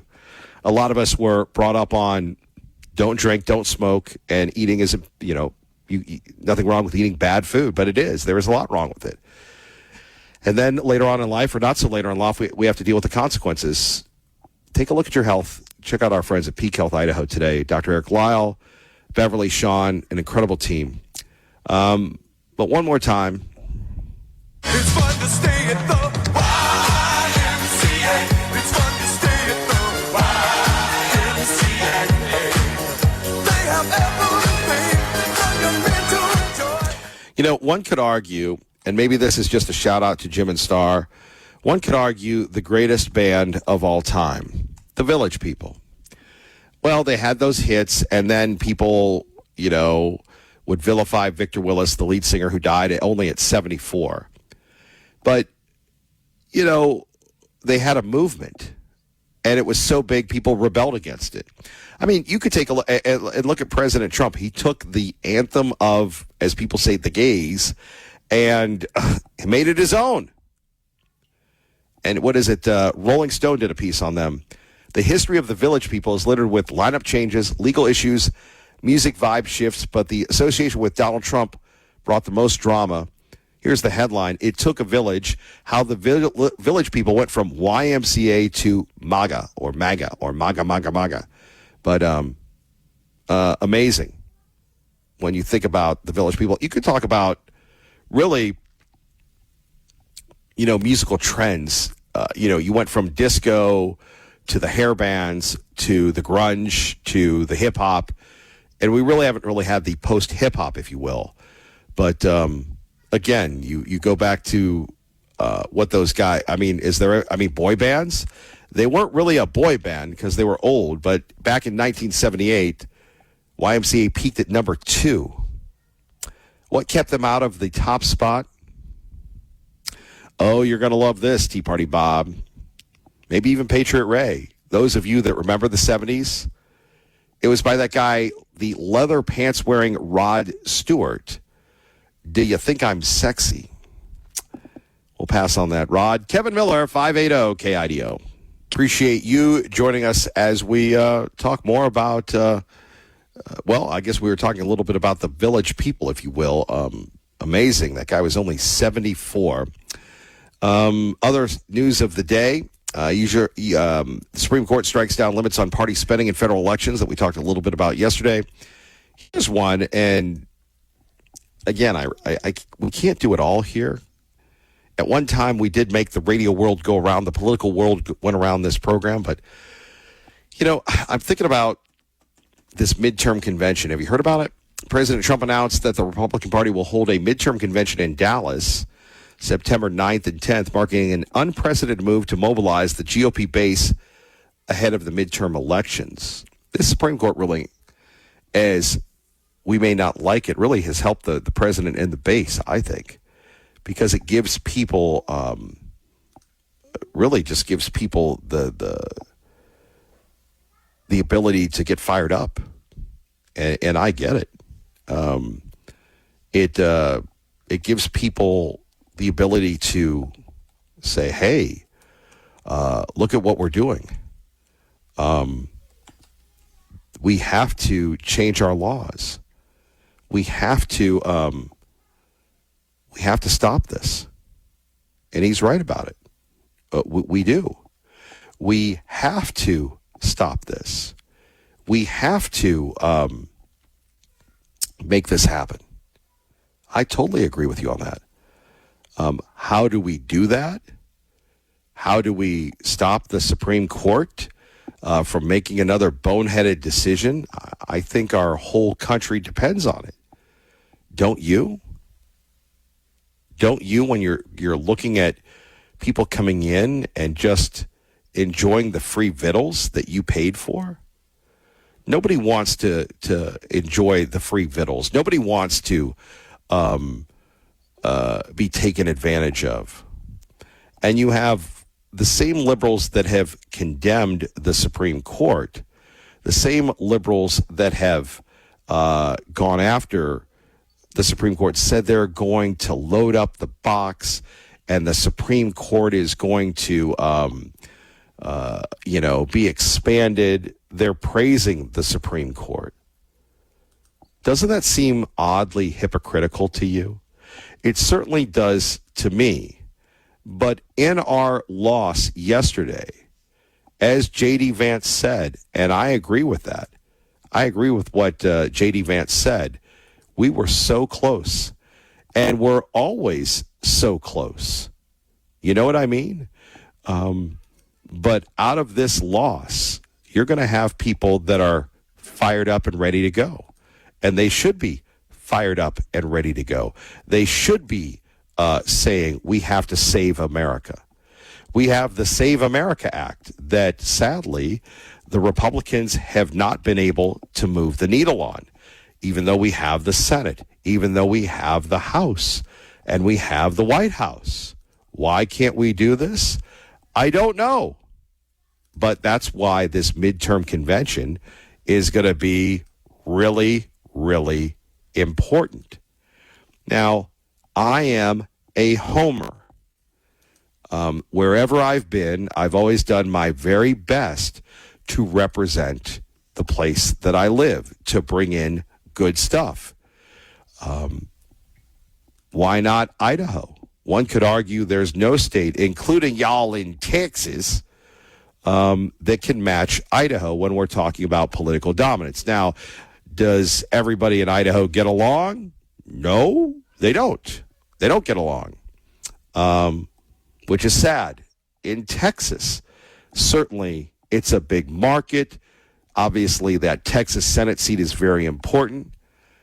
I think it's going to be kind of neat because in the middle of, right at, post-Labor Day, you're going to have this crazy convention. And once again, you have to say he is the grand disruptor, our president. He is the grand disruptor. And we'll see how it plays out. I think the Republicans are going to need that. I do believe that this is a good sign that we have this issue, this big issue of birthright citizenship. And remember, people thought that it was going to be torn down. People thought that it was going to be whooped. People thought it was going to be whatever. But it wasn't. It wasn't it was close. And it shows you just what we need to do again and again and again to keep rolling again and again and again. And it's very easy to be, how should we say this, bummed out, sad, but we shouldn't be. More coming up next. Kevin Mill in the morning, KIDO Talk Radio, brought to you by our friends at Team Mazda. Let's get. Of course, we respect it, but we also think that it was a major, major mistake, as Justices Alito and Thomas pointed out. One of the things that might invite, Laura, is people to come here quite literally on a vacation, give birth, and then all of a sudden the child and their family have the full benefits of American citizenship. It's just a preposterous ruling, and the absurdity of that outcome suggests why the Supreme Court should have went the other way. Now, I know a lot of conservatives, Laura, certainly the people that I'm talking to, that you're talking to, are extremely disappointed in this. I do actually think there's a really big silver lining here, and that's the simple fact that a lot of legal experts expected this case to go the wrong direction by 7-2 or even 8-1. The fact that this case was a 5-4 decision effectively means that the concept of birthright citizenship, which is an absurdity to the 14th Amendment, that concept is hanging by a thread. And so what I take from that is, yes, we've got to fix the immigration system even more. We have to be even more aware of who's coming into our country to make sure that they're not benefiting from this atrocious Supreme Court ruling. But it also means that we have to keep fighting, Laura, because we actually have an opportunity to reverse this decision, just as we've reversed so many bad decisions throughout the generations. There we have it, the vice president with our own Laura Ingraham breaking it down here. Kevin Mill in the morning, 580 KIDO. Now, what about the birthright citizen debate?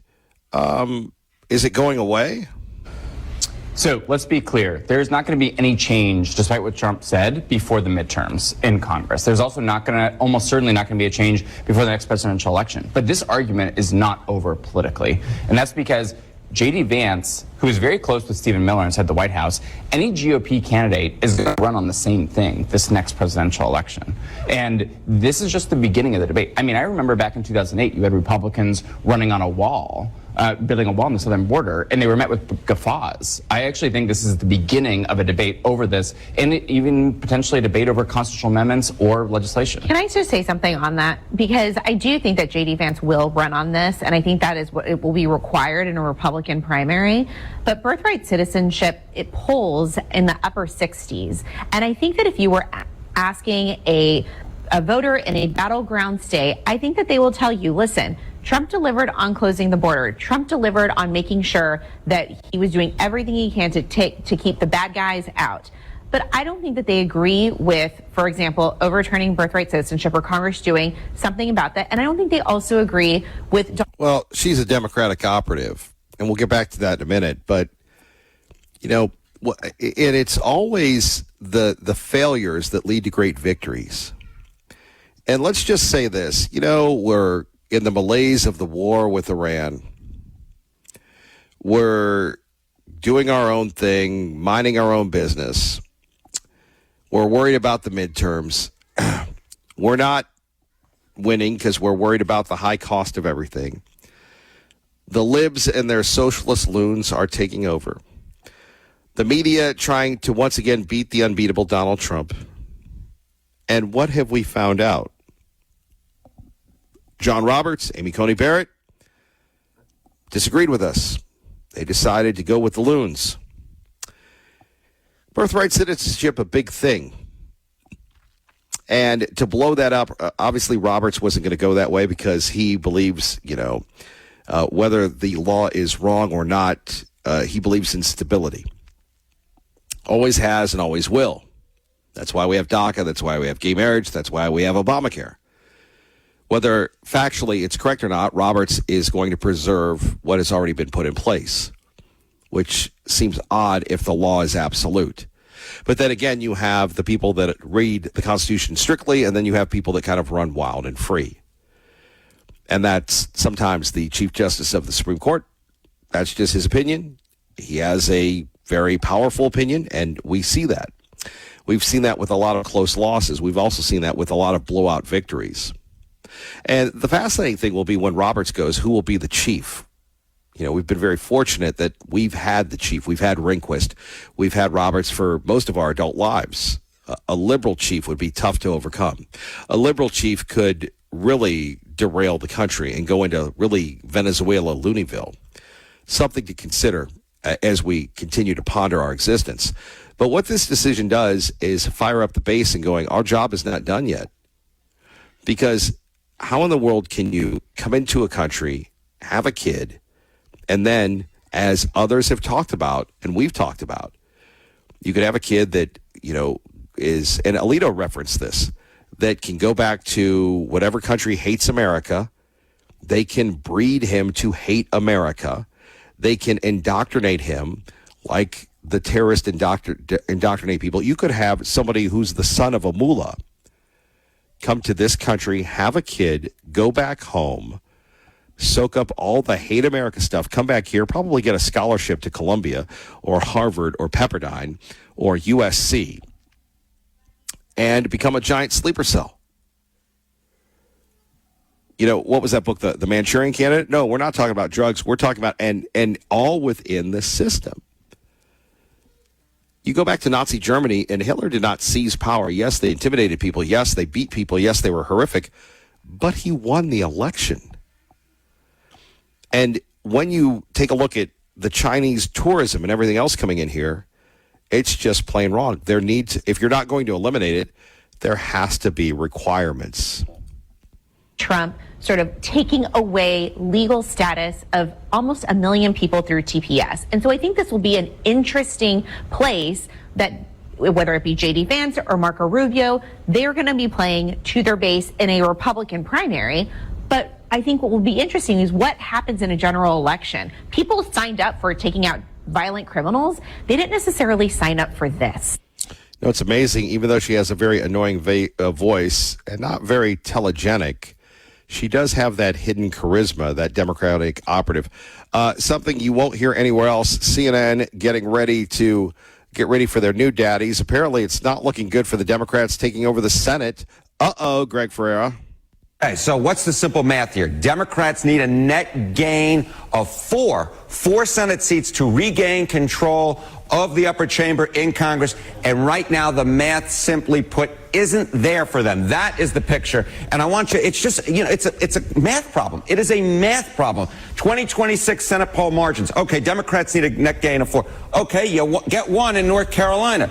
But then you got a bunch of red on the screen. Now, these are close races, but you got a tie in Texas. Then it's +2 in Iowa for the Republicans, +2 in Alaska, and then +3, if we can make the circle there, in Ohio. So that gets you 1 seat But of course, you need 4 seats. And on this board, red, close races, and a tie. You're at 1. You're not yet to 4. I mean, the good news for Democrats might be they're close in Texas, Iowa, Alaska, and Ohio. But again, it needs to be 4 of these that are blue. Yes, I love this. It sounds like they're cheering with their nasally voices. At 580 KIDO. So in North Carolina, the Republicans need to pull out of there. Roy Cooper, and I think Buck was ripping Roy Cooper. Dude, Roy Cooper is beloved. He's not a liberal wacko. He has been a statewide governor. He's been a statewide attorney general, going back to the time that I ran in that territory. So over 20 years, is that right? Yeah, at least 20 years. And even before he was elected statewide, he was known. He's a known commodity. You can't buy that type of equity. And he's not a liberal loon. He's a Democrat that you could get along with, allegedly. And then you think and I do think it would have been a lot closer if Kamala had gone with Roy Cooper as opposed to Walty Waltz. Cooper's not a kook. Cooper is a very relatable dude, and he's a Democrat. Maybe one of those old blue dogs or a guy pretending to be a blue dog. But having met with him, covered him, hung out with him, there's no way they're going to win North Carolina. Texas, this is the best they're going to do. The Republicans will come home. Too much money. Talafrico is too freaky. That ain't going to happen. Iowa, not going to happen. Democrats have not been elected there in quite some time. We move on to Alaska. You may not like Murkowski or the other people, but it's one of those quirky states where you don't have to be the most conservative, which helps you. And then Ohio, where all good things come from, that would take a lot. And I do believe that this Supreme Court ruling is going to help us because now people are mad. People are upset, and they've awakened the great conservative base. People need reasons to be motivated. Then you throw in this midterm thing. I'm going to tell you that midterm thing is going to be very, very well. Now, people are reacting to the Idaho ruling. Remember, coming up in about, a little less than 20 minutes, we're going to have the Attorney General joining us. So let's break it down. People are mad. Okay. The Supreme Court recently ruled in favor of further discrimination against transgendered students by allowing states to ban trans students from participating in school sports that align with their gender identity, not their gender birth, apparently. The decision made in the cases of Little versus Hecox and West Virginia versus BPJ disregards Title IX protections and equal claims for trans students. By the way, no, it doesn't. Title IX was there to protect women and women's sports. And it's so ironic, so weird, so crazy when you think about this. So you can't play sports. Are you going to take your ball and bat and go home? Transitioning is a life-changing decision.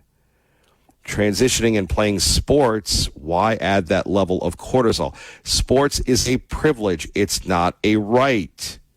And oh, by the way, remember, the people that initially sued Idaho knew this case was a loser and tried to piece out of it. But the Supreme Court wanted to set the precedent, so they kept the case going. 580-5436, 580-KIDO. Let's go to Ron Grant, who joins us now. Paid for by Ron Grant, your safer money specialist. And Ron, welcome back. Great to have you with us. Great to be with you, buddy. How are you doing? Not bad. I feel like we've spoken before. It could be just the voices in my head. And we have a lot of voices in our head when it comes to our money and keeping us out of a depression or a recession like the Big Bambino. Is it possible to protect yourself like the Big Bambino did, Ron, in the Great Day? Definitely, yeah. Yeah, he did. He had, his manager talked him into buying an annuity back in the 20s, took his World Series money and his salary, and he bought an annuity for himself. And so when the crash of 29 came, Kevin, his buddies were standing in the bread lines, and the Bambino was getting a payment for life. And that's important. And that's what my clients and I have. We have a lifetime income that we can't outlive. You know, most people think that a 401k or an IRA, a pile of money, is a retirement plan, but it's not. First of all, most of those are invested in what? Risk and fees out of the Wall Street casino. And that's not good, because if the market tanks, what's going to happen to your retirement money? So my clients and I, we sleep at night knowing that our money is protected 100%. We get to participate in some of the upside of Wall Street, but never the downside of Wall Street. And we get that lifetime income for life, our life. If we're married, guess what? Well, when we pass away, our spouse gets that for their life. And then when they pass away, whatever's left goes to the beneficiaries. Ron, how can people get this real life, safety, secure information from you? Well, I put together an educational website that they can go on 24/7. There's articles to read. There's videos that they can look at. There's even a book to download, 10 Things to Know About Retirement Income. And that address is safermoneyspecialist.com. But let's have a phone conversation right here in the Treasure Valley about how you can have a guaranteed income that you can't outlive. Zero stock market risk. But most importantly, Kevin, this is your dignity money. This is the money you worked hard for. We want to do legacy protection for you and your family. So give me a call, 208-660-1372. This is my 30th year helping people, and I just love doing that. Well, Ron Grant, we love having you on. So stay out of trouble, and remember, watch out for those little whippers. I will, too. You stay out of trouble, buddy. I know you get into it once in a while. Thank you, Ron. Appreciate you as always, sir. Hey, appreciate you, buddy. Paid for by Ron Grant, your safer money specialist. Thank you very much, Ron. Phone number's here, 580-KIDO, warning the death of the lead singer of The Village People. Tough one when you think about this. Phone number's here, 580-5436, 580-KIDO. We continue to look at the Senate. In order for them to retake it. Now, there's one state that you did not put up here. No. That's Maine. That is Maine. Maine, which we've had a few Senate polls the last couple of days. And what do you see here? Even in Maine, a state that Kamala Harris easily won back in 2024. Look, the New York Times has Plattner ahead by 2, but that, of course, is well within the margin of error. That is among likely voters. Fox News, on the other hand, has Susan Collins, the incumbent, up by 3 among all voters. So even in Maine, you have a race that, simply put, is way too close to call. So really, on the mathematical march to 4 seats, there's really only 1 seat at this point that Democrats can look like they can count on. They'll probably win one of these other seats, but again, that gets you only to 2, and you need 4. Yeah, you might think the Democrats were hoping to look better given the war in Iran, given inflationary concerns. The question is this their high water mark, or can they grow from here? They will need to grow. What are some of the reasons why they might be having a little bit of a harder time? The real reason why they're having a little bit of a harder time is these are red states, right? With the exception of Maine, right? These were all states that Donald Trump won back in 2024. And look at this. The median, the 6 key Senate races. Look at this. The generic Senate ballot lead for Republicans. Look at that. In the median state is 6 points. And of course, the median right down the middle is what, 3.5, right? So you need to win states in which the generic Senate ballot lead is Republican plus 6, and then say the Dem Party is too far to the left. Look at this, 53%. So these are states that are just very hard to win, because bottom line is what is holding them back is the fundamentals. And when you put it all together, Johnny B., and you look at the prediction markets, which I think really can sort of put this all together, chance to win the Senate. The Republican chances, as you noted, John, the environment is getting a little bit better for Republicans. On May 1, Republicans had a 51% chance to take back the Senate. Now it's a 59% chance. Look, Democrats have a shot here. There are seats on the table, but the fundamentals are against them. And that right now, they're only one of the seats where they need to be. The mathematical problem is there for Democrats at this point. They simply put, have a statistical math problem. Yeah, it ain't looking good for them. Let's go to Lee Joe, who joins us now at 580-KIDO. Hello, Lee Joe. Hey, good morning, Kevin.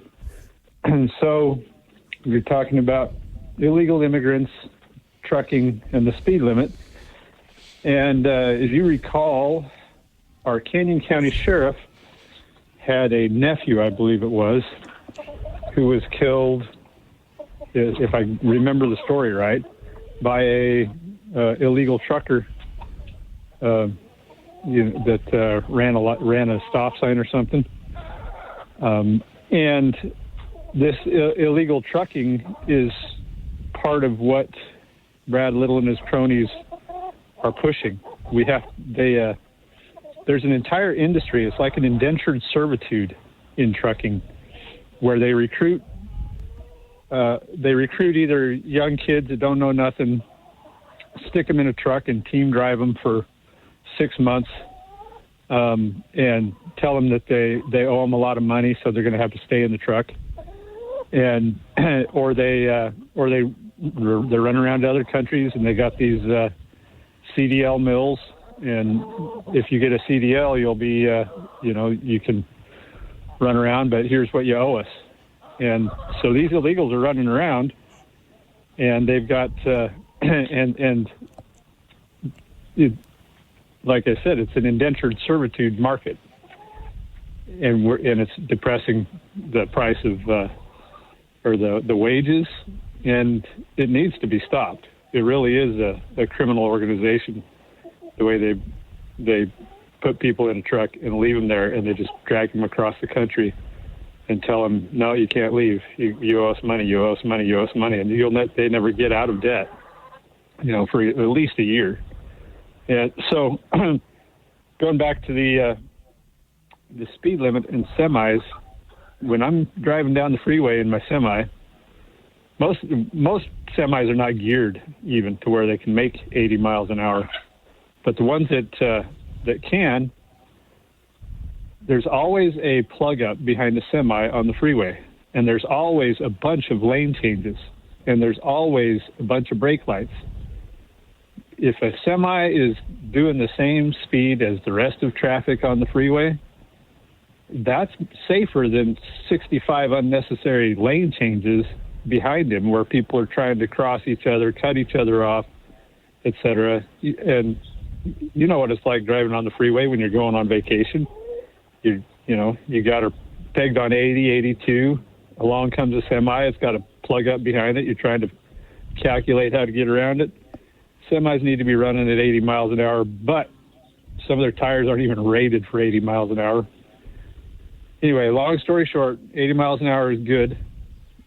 You're not going to see 80 miles an hour in town. Let me just jump in for 2 seconds. My only concern is their ability to stop. It's my concern for everybody that's driving, texting on their cell phone, et cetera, et cetera. Who's paying attention? I know a truck driver's paying attention. 99% of them are really paying attention.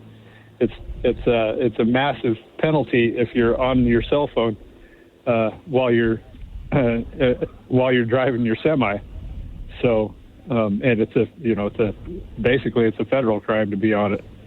So your truck drivers are paying attention. They're professional drivers, and the stopping thing. A semi can shut down very quickly. It will surprise you.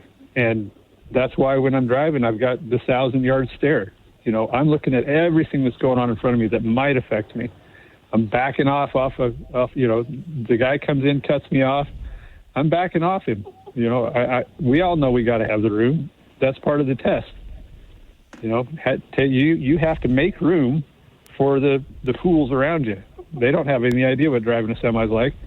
And they can shut down fine. An attentive driver is a safe driver. The 80 mile an hour speed limit has been in Texas and in Utah forever. And like I said, if you can get your truck up to 80 miles an hour, congratulations.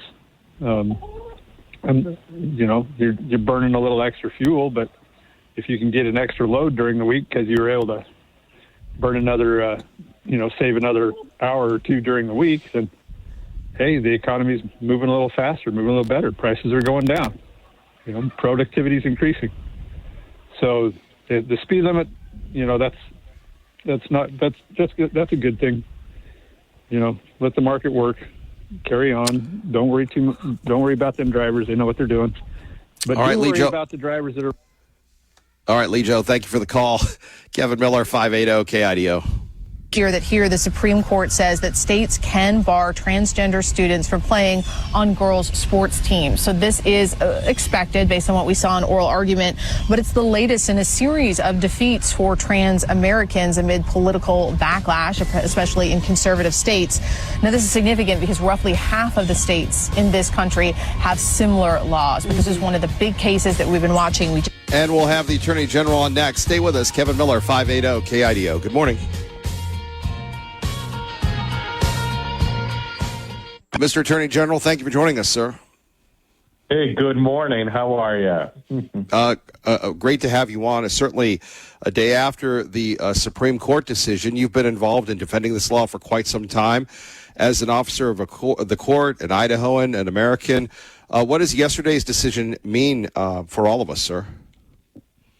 You know, yesterday was a great day for Idaho, great day for girls, great day for the nation. I think the Supreme Court did a terrific job with this decision, and you know, I think of the countless girls and women who've been fighting this issue for so many years, and that they felt so alone 7 or 8 years ago when they thought nobody was listening to them, and now the Supreme Court has affirmed what they were doing, and we're excited for them, and we're excited for the people that have fought this fight. You know, you take a look at yourself and others. Idaho has been in the lead position of defending women's sports, girls' sports.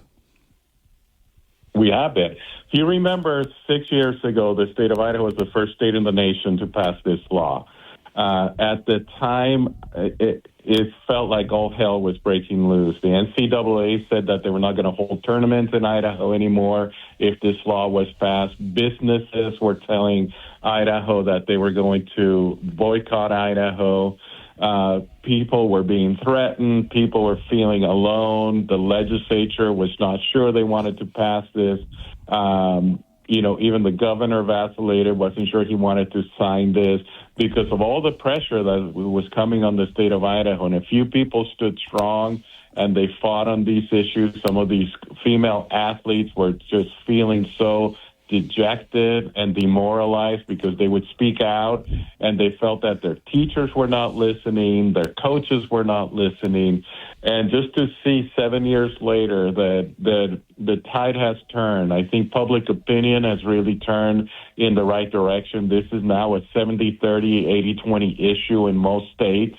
And I think common sense prevailed, and I'm just excited that Idaho led the way on these matters. The Attorney General, Raul Labrador, joining us, 580 KIDO. And yet we have the left saying that people have been denied access. The libs are going crazy, talking about the dangers to people that are transitioning. While on the other hand, you know, Riley Gaines, as you know, you've known her for years, was threatened. Other people have been threatened. There have been a lot of threats. And, of course, physically, there's a great difference between men and women playing sports. It's just a scientific fact. And if you read the opinion, I think the opinion was really clear. And I think unlike other decisions that are hotly contested, so you have a small, loud minority complaining about this, but I think the reality is that on Title IX, so the decision yesterday had two separate holdings. On Title IX, all 9 justices said that Title IX protected girls in sports. The question that was undecided, that was more difficult for the liberal 3, was whether the Constitution required protection of transgender athletes. And they didn't say that it did. They actually, the 6-member majority said that the Equal Protection Clause does not require states to allow boys to participate in girls' sports. The 3 liberals said that they just needed more information. They didn't say that it violated the Constitution. They just said that they didn't have enough information to make a decision and that the majority was making a rushed decision. So I don't think the majority of America is upset about this. I don't think the vast majority, even common sense liberals and moderates, are looking at this and saying, thank goodness the court made this decision. Let's move on to more important issues now. What I always love about speaking to you is hearing your firsthand experience of participating in our governance at the highest levels as a congressman, a founding member of the Freedom Caucus, a very different world than the world we live in today when you were fighting Obama and Eric Holder. But can you take us into when the Supreme Court heard the case, you representing the state, and you and others got an intimate role of how our founding fathers determined how our laws would be determined firsthand with this Idaho case? So I'm going to take you back to before I ran for Attorney General. If you remember, the prior Attorney General in the state of Idaho had issued an opinion saying that this law was potentially unconstitutional. I was in private practice at the time. I had left Washington, D.C. I had come home. I had, run for governor, was not successful. I thought I was done with politics. I had served the people of Idaho, I thought, well, for 8 years in Washington, D.C., and I just could not believe that the Attorney General of the state of Idaho was actually siding with the wrong side on this issue. And the Alliance Defending Freedom was representing a few athletes in Idaho, and they needed a local attorney. So I was actually local counsel for those athletes before I became Attorney General. And I got so frustrated with the defense that the state was providing in these cases.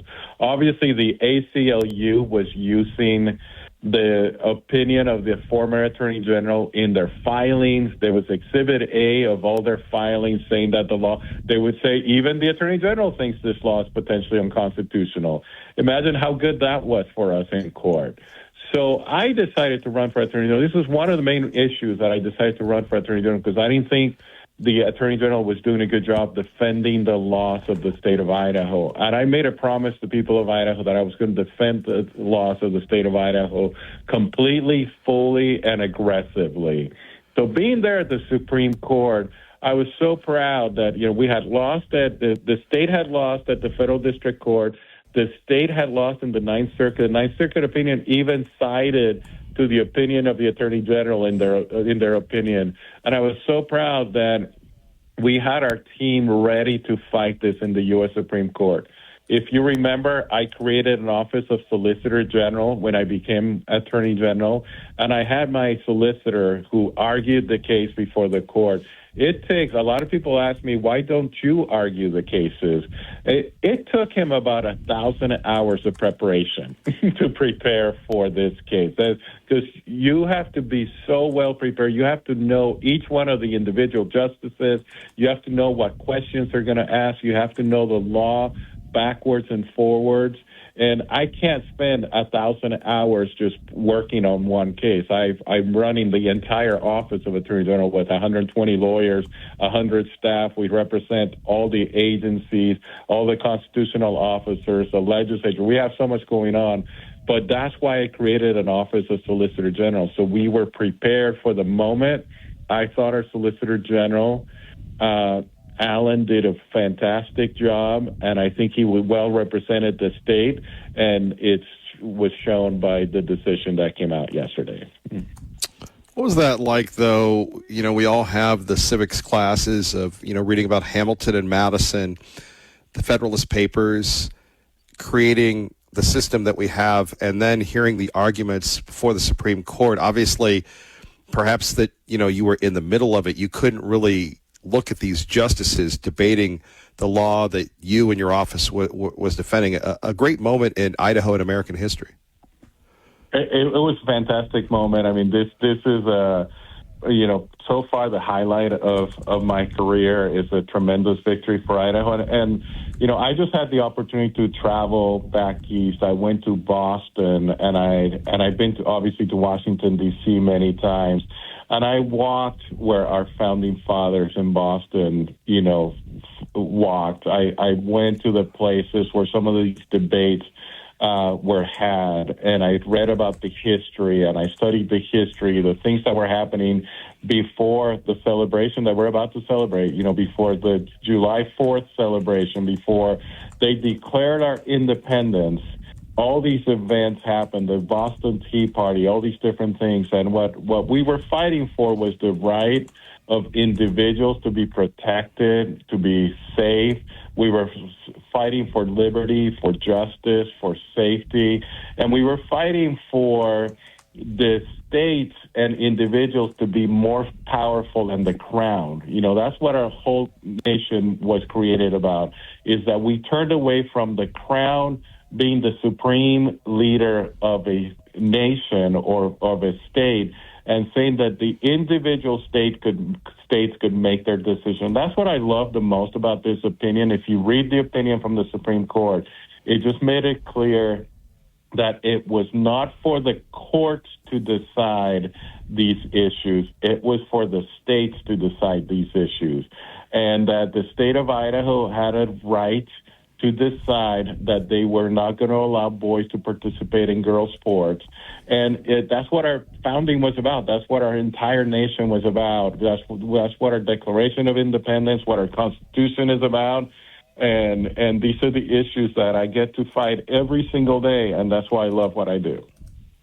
The Attorney General, Raul Labrador, joining us. Kevin Mill in the morning, 580 KIDO. So the fallout of this decision, we've got people opining, we've got the local people giving their views. Where do you think this goes? Does this settle once and for all? And I really, really appreciate you talking about and you going in detail, sir, about how the rest of the world piled on Idaho because the state and you and others decided to protect girls from boys playing in women's sports. So I think on this issue, it's firmly decided that a state can decide. I think the next battle, there's a few lawsuits that we're not a part of, where girls that are in states that have not passed these laws are saying that Title IX is being violated by allowing boys to participate in girls' sports. And I think that's an important issue that the court's going to have to decide. I do think little by little the NCAA and other governing bodies are probably going to start seeing the common sense in separating boys from girls in sports. And hopefully we don't have to have another Supreme Court case. Hopefully common sense will prevail and we'll move on to a new issue. But what you'll see is the state of Idaho, our athletic teams are going to have to decide in some instances, like they did last year, if you remember. Boise State boycotted a couple of volleyball games.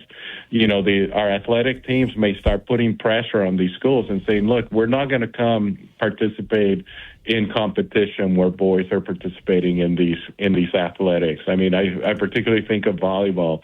You think of the young athlete who was hit in the face very hard by a volleyball when a boy hit it in her face, and it shattered her eye socket. I mean, there's some real damage that can happen in wrestling. You're seeing, boys competing against girls. Wrestling is such an intimate sport. And I think it's such a violation of a woman's privacy.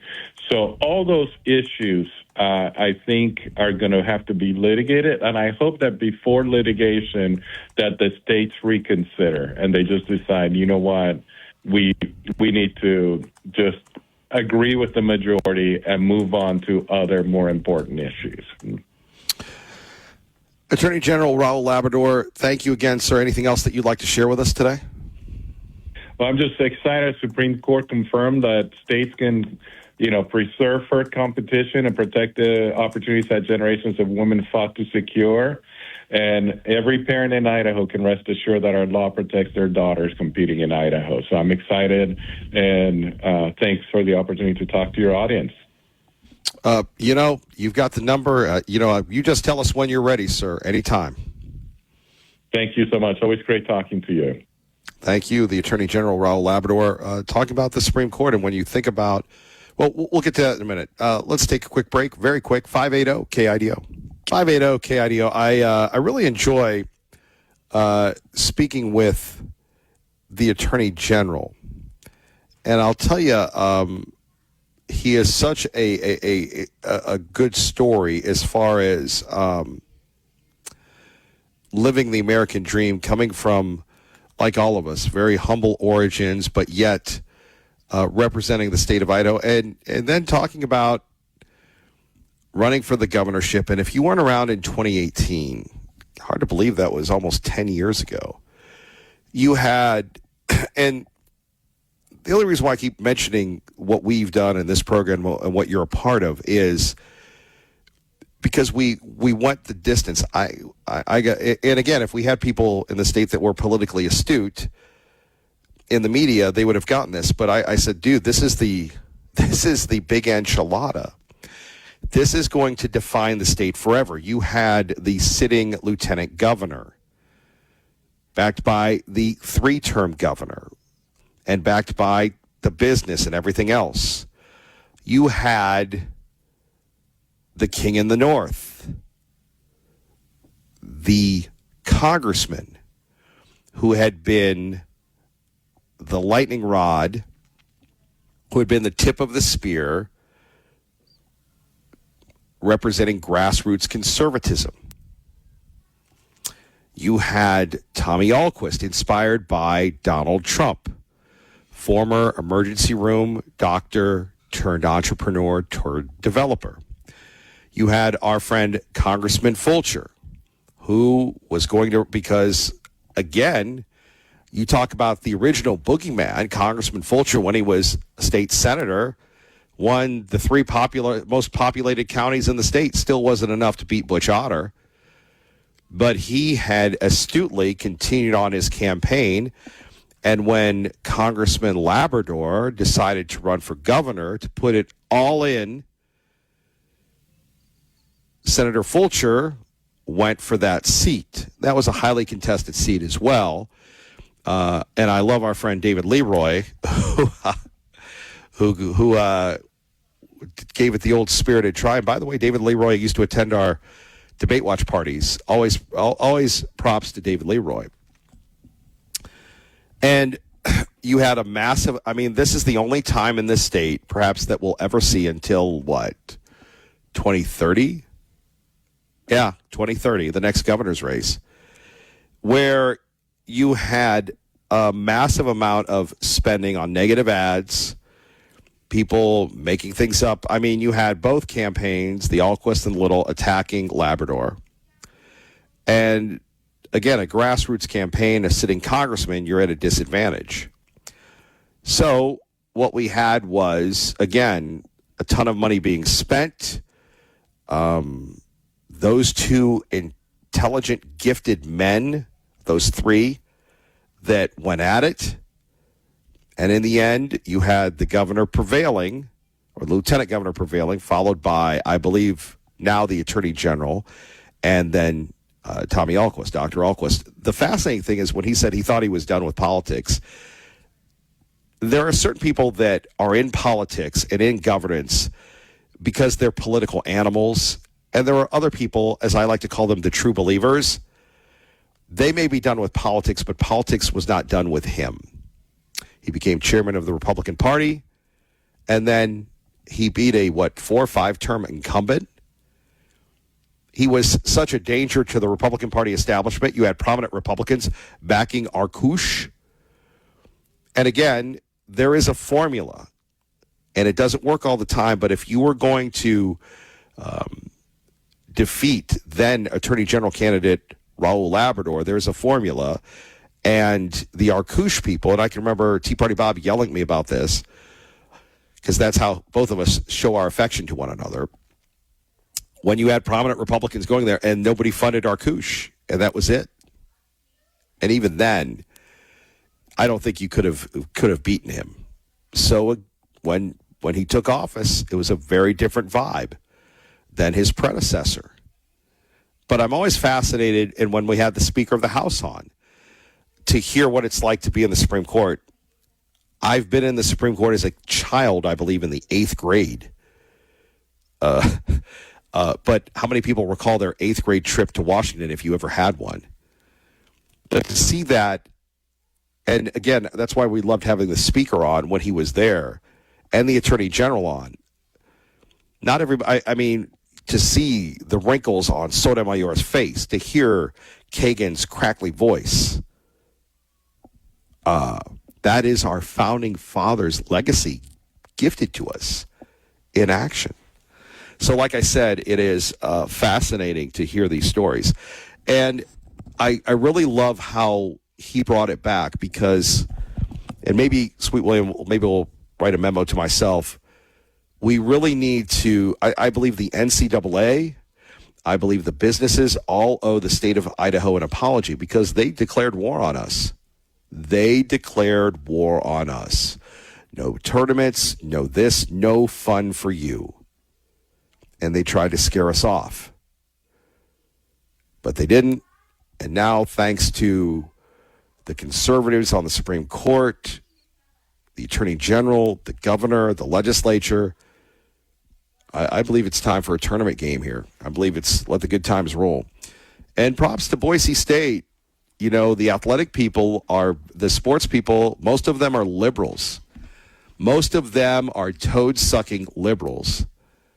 But to take a stand to protect women at a cost to them, that needs to be acknowledged as well. By the way, this portion of the program brought to you by our friends at Treasure Valley Subaru. We'll tell you about them in a minute. 580-KIDO, your home for Fox News. Fox News Now, 580-KIDO. Phone numbers here, 580-5436. 580-KIDO. We go to TPB that is here to announce his retirement from the program. We will miss him, but he had a good run, and all good things must come to an end. Yeah, well, watch out, buddy. I'll be back in 2 weeks. Oh, I thought you were done for good. Well, how am I going to go against all of the stuff you've said this morning if I retire? Why would you say go up against everything? Why do you continue to attack the hand that feeds you, sir? Because the hand needs to be washed. If you know what I mean. No, it sounds like you have some issues with some hygiene that you're projecting on to yours truly. How dare you? My hygiene is fine. I think you have been infected by some of the perpetrators in government and corporate entities in Idaho, and I'm trying to make you look better than you actually are. Oh, yeah. Well, you're right. I'm being infected by the Attorney General that we just had on. Is that what you're saying? Well, thanks for having the Attorney General on. You know, I did work on his campaign for governor. And what I will say is that if he had won, Idaho would look a lot different than it does today, my friend. So I'm going to be heading on a well-deserved 2-week vacation tomorrow with my kids, and I wanted to take a minute to wish you and all of your listeners a very happy 4th of July on the 250th anniversary of our country's birth. God bless you, my friend, and God bless America. And I'll talk to you in a couple of weeks. Oh, so you're done? Well, I don't want you to hang up on me again. Yeah, you know, there are some things that you just have to... No, I didn't hang up on you. That was like 5 minutes of you just screaming. No. You hung up on me. Yeah, I could hear it in your voice. I know you too well. 15 years of being with you. And I know you too well. And again, both sides can be right. But just because, and you're going to love this one, just because you hang out with the Freedom Foundation does not mean that they're right. And if they were, they'd be a lot more successful than they are. I hang out with a lot of people, my friend. That's not what I hear. You happen to be one of them. And well, this relationship, I think it's actually 16 years now. It is. Has been very fruitful for both of us, I think. It's been very, very emotional for both of us. Yeah, but that goes with the territory. I suppose. So you're really not going to opinions, my friend. By the way, so when are you coming back? I'll probably be back around the same time you get back. Oh, so you do know I'm leaving. Oh, I listen to your program every day. Yes. Or didn't you know? Oh, no, I know that. I know that you listen. So you're not coming back until the 20th? Is that right? Sometime around there. What happens if like a bear eats you? What happens if what? Like you get eaten by a bear or something? I mean, are you going to like go? Are you going like mountaineering and camping and whitewater rafting? I mean, I worry about you. Why would he want to eat 81-year-old meat? What, is he crazy? Well, it's well aged. Yeah, a little too aged. So no tenderizer needed. So, I mean, what if this is a trap? What if it's, what if they all turn on you? Who's going to be there for you? Who's going to turn on me? Well, the people you're going with. My kids? Yeah, you never know. That ain't going to happen, buddy. Well, what if all of a sudden this place you're going to is a Chinese indoctrination camp and then they start zapping you? I'm not worried about that. I do know a little Chinese, but not much. I know how to read from column A and column B. Just, somebody's got to look out for you. Yeah, but I hope it's not you like you have been over the last 2 days. Wow. I think I'm bringing you and Dylan back together. You're bringing who? You and Dylan back together. You're both upset with me. He spends too much time with my friend Tom Munns. Oh, he and Tom, yeah.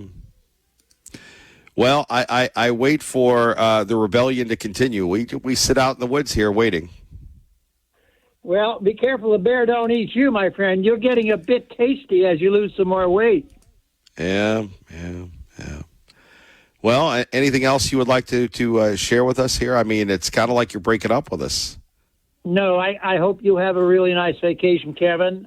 Say hello to your lovely bride, Dorothy, for me. And I'll see you in a couple weeks. Wow. Well, okay. I'll see you. So you're not going to be on tomorrow? No, I will not be on tomorrow. I'm on vacation. I don't think he's coming back, everybody. I think this is the end for him. And now the end is near. Do you want to say what is your final song? Please don't sing. Please don't sing. I heard. Spare us the agony. I heard that you used to hang out with all the boys at the YMCA with Al. I heard they put a face mask on you when you go to church so they can't hear you sing.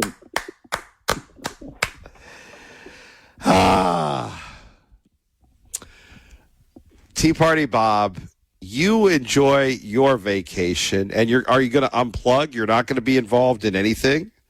I'm going to be totally unplugged. I don't think you can make it. Oh, yeah, I can. I've been trying to do this for a couple of years now. It's going to happen now. What about Mike? What's he going to do without you? Oh, Mike's going to watch my house for me, so I don't have to worry. Oh. Well, do you have cameras on to make sure he's not having parties and stuff?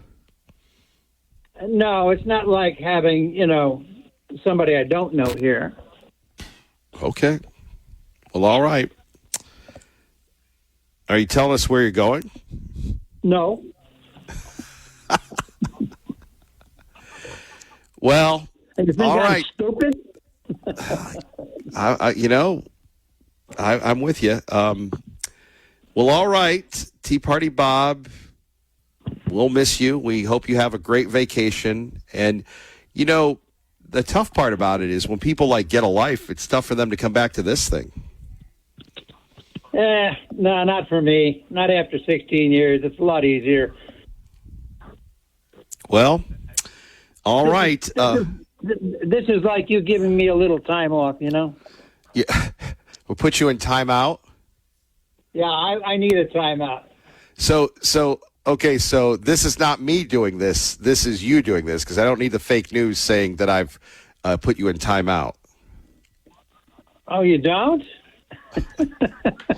You and your colleagues, yes. Yeah, me and my callers. Yes. All right, TPB. We love you. We'll miss you, but we're very, very, very sincerely happy for you. Well, I thank you, my friend. I hope you take care of yourself. Enjoy your trip to the coast. Well, we've got to get there. You know, my motto at work, all I want to do is get to my vacation. Words to live by. Attaboy. Yeah. Well, you remember the one year the guy yelled at me the day before I left, ruined my whole vacation. Remember that guy? It wasn't me, was it? No, it wasn't you. He was so mad at me, he started cutting himself literally in front of me, bleeding. Wow. Oh, glad that guy got the boot finally. Yeah, you don't want to get cut with the knife I carry around. Well, no, he used his fingernails. I had driven him to that much of a craziness. Wow. Yeah. See, that shows that I'm right. You can drive people crazy. Yeah, it's a short trip with some. Yeah, and a much longer one for others. Well, I hope to hear from you offline if you're available. So, well, I'll be texting you to let you know what a great time I'm having. Please do, and if you could, don't be like liberal Stephen. Don't text me any pictures without your shirt on. He does that quite a bit.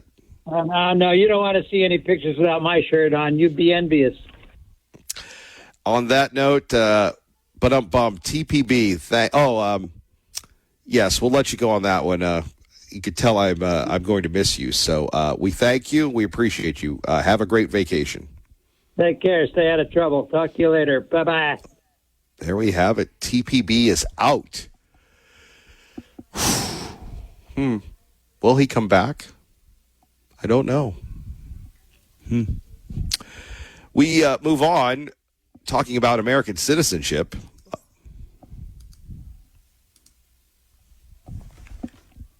Settled, built, and defended this country with their blood, sweat, and tears, oftentimes their lives, because they wanted to protect and ensure the same freedoms and the same opportunities that they had for the next generation of Americans.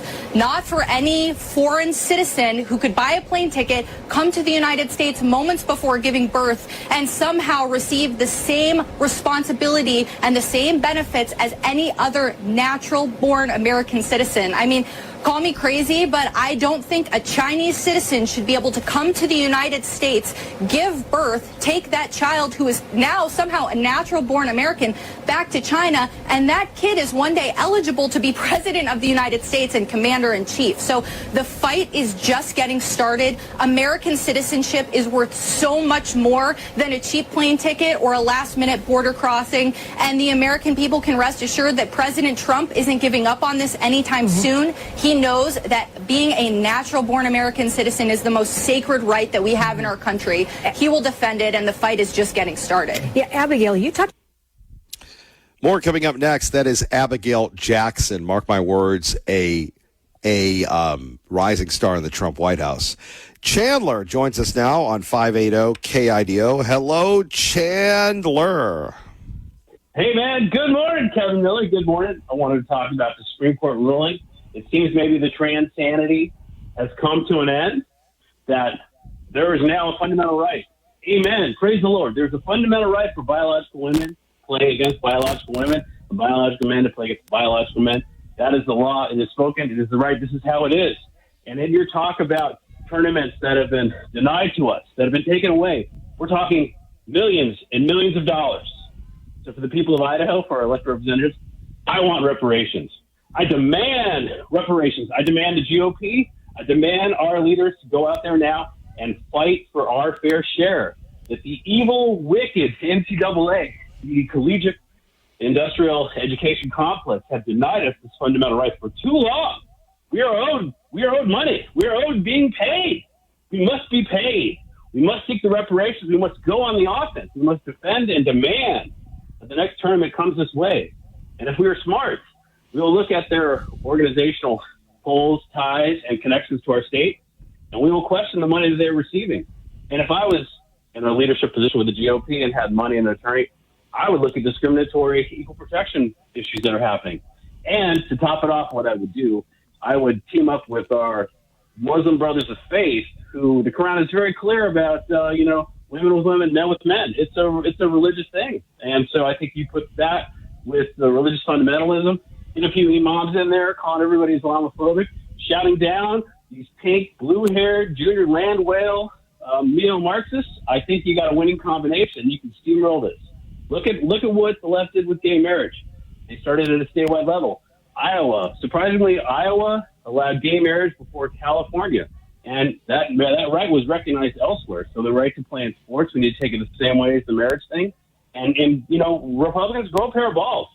I remember when Gavin Newsom, in open defiance of the Supreme Court and in defiance of the state of California, started issuing marriage certificates to gay couples in San Francisco. He just did it, and he did it. And guess what? Once he did it, well, the courts were wimpy, and all those marriages that happened during that time before he actually was forced to be shut down by the federal government, those marriages stand to this day.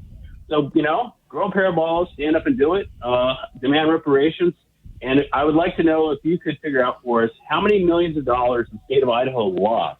And so we can say that, going forward, NCAA owes us this money. Like that's the piece of the pie. That is the price of justice. That is what will make it our fair share and set it right. Amen. Thank you, Kevin Miller. Thank you, Chandler. Kevin Miller, 580-KIDO. KIDO Talk Radio. However much we might disagree with that, this is abolishing the police. This is let criminals run amok in your cities. This is flood your country with low-wage third-world immigrants. And importantly, it's confiscating wealth, not because we want to make anybody's life better, but purely out of resentment, out of an attack on the people who have that wealth to begin with. It really is something we haven't seen in the United States of America in the history of our politics. And Laura, I think that it actually is a consequence of the fact that the Democrat Party has become run by the universities and by the professors. This is not working class union Democrats. This is not socially conservative people who just want a fair shake at life. This is fundamentally a view that the United States is an evil country that must be dismantled from the ground and then built back up. That's communism at its core, and you see more and more momentum in that direction from the Democrat. There we have it. J.D. Vance breaking it down.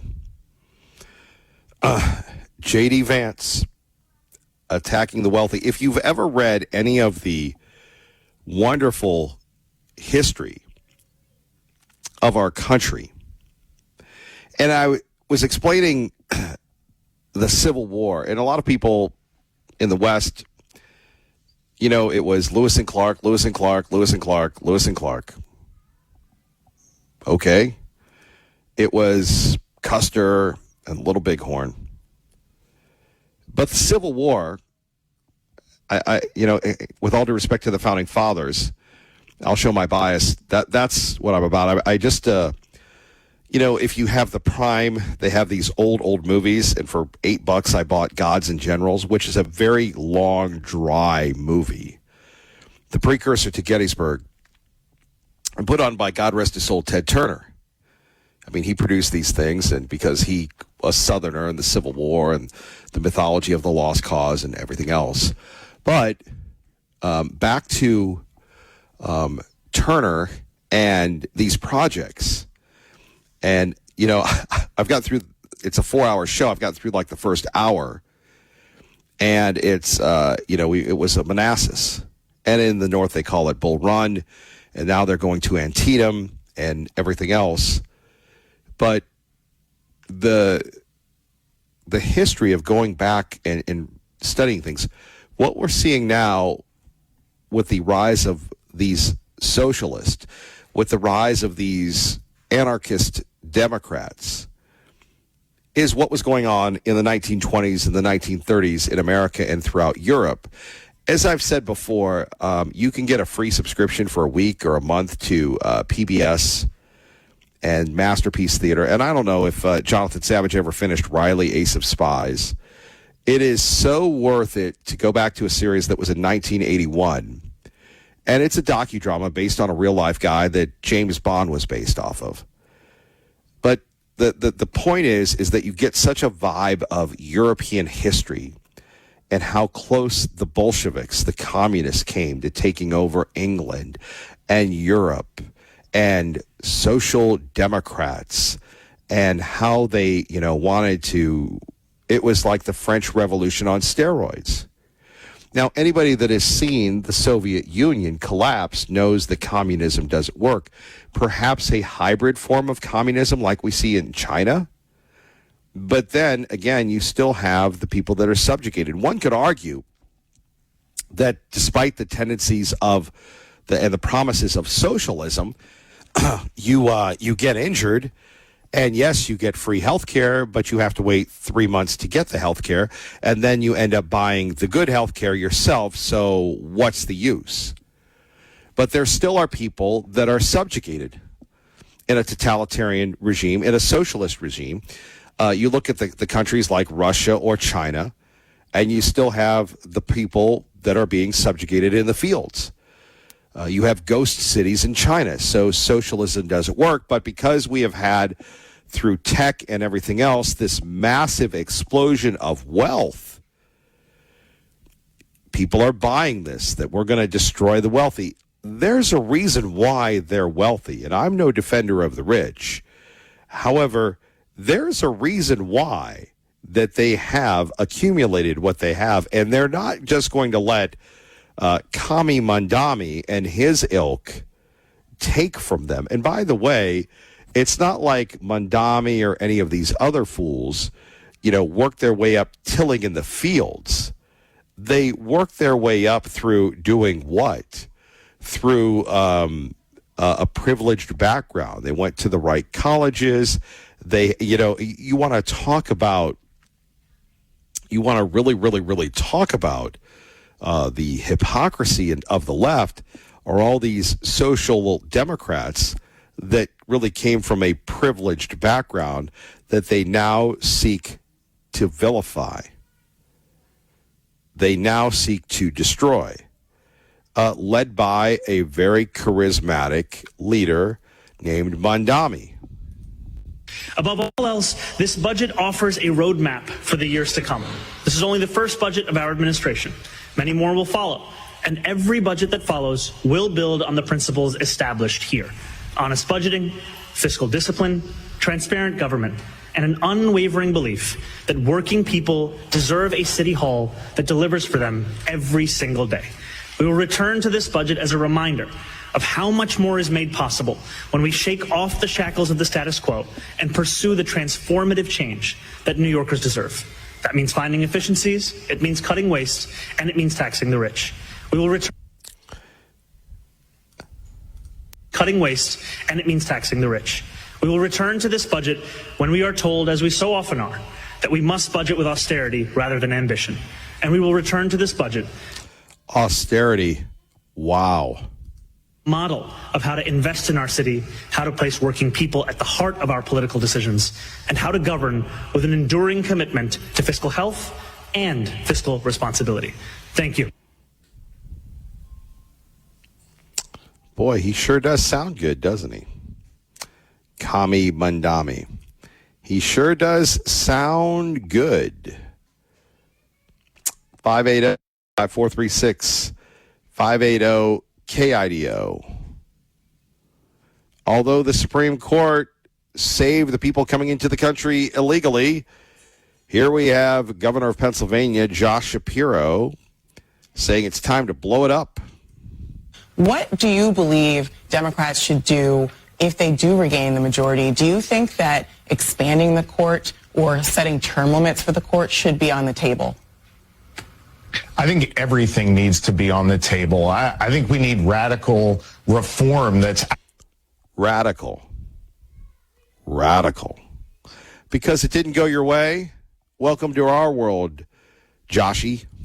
Going to ensure that the voices of the people are heard from. Yeah.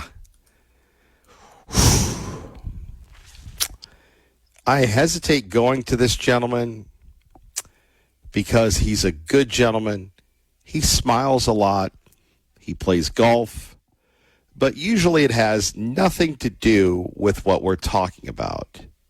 But who could resist the irresistible Paul from Mission Aviation Fellowship with Kevin Miller on 580 KIDO? But at least I've prepared myself for whatever Paul is going to bring us. Good morning, Paul. You're on the air. Go ahead, please. Good morning, Kevin. And I just wanted to call to tell you that I'm going to miss you today. Oh, boy, you're going on vacation, too? No, I'm going to be at God and Country. Oh, yeah. Today is God and Country. So, I know we've been there together a few times, and, it's a big celebration of the country and the military. You know all the stuff that goes on. I think it's a good time for people to just celebrate the country.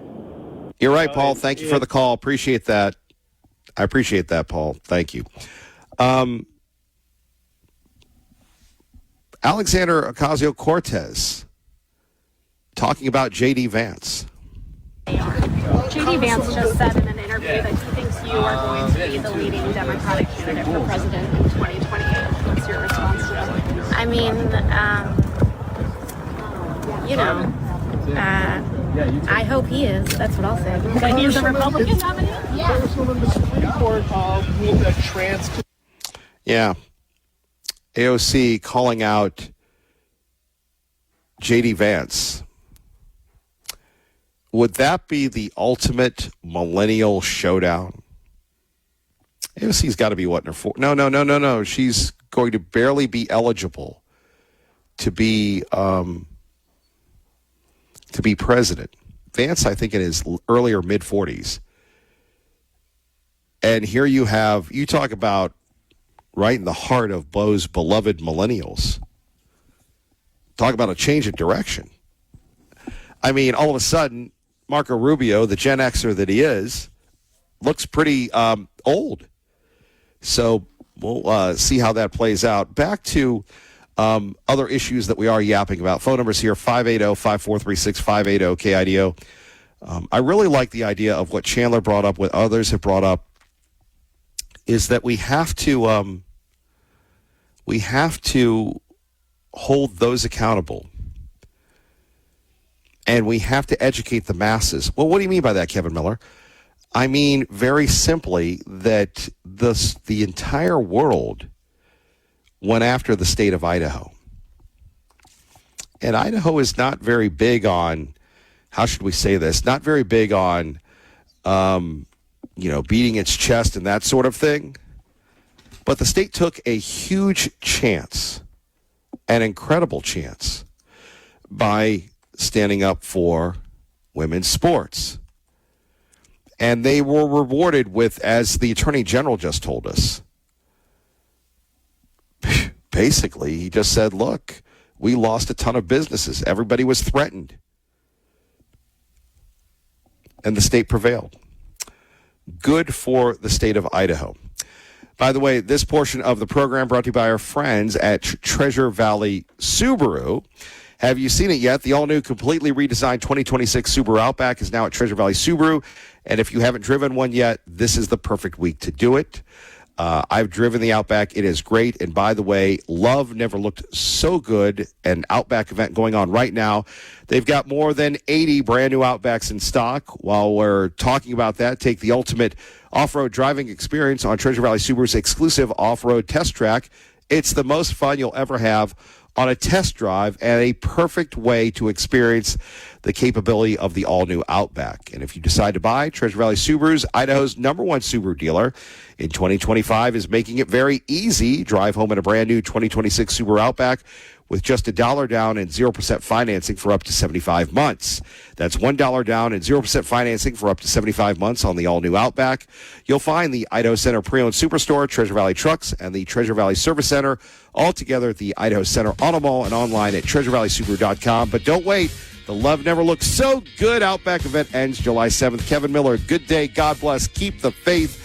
And Kevin Miller loves you.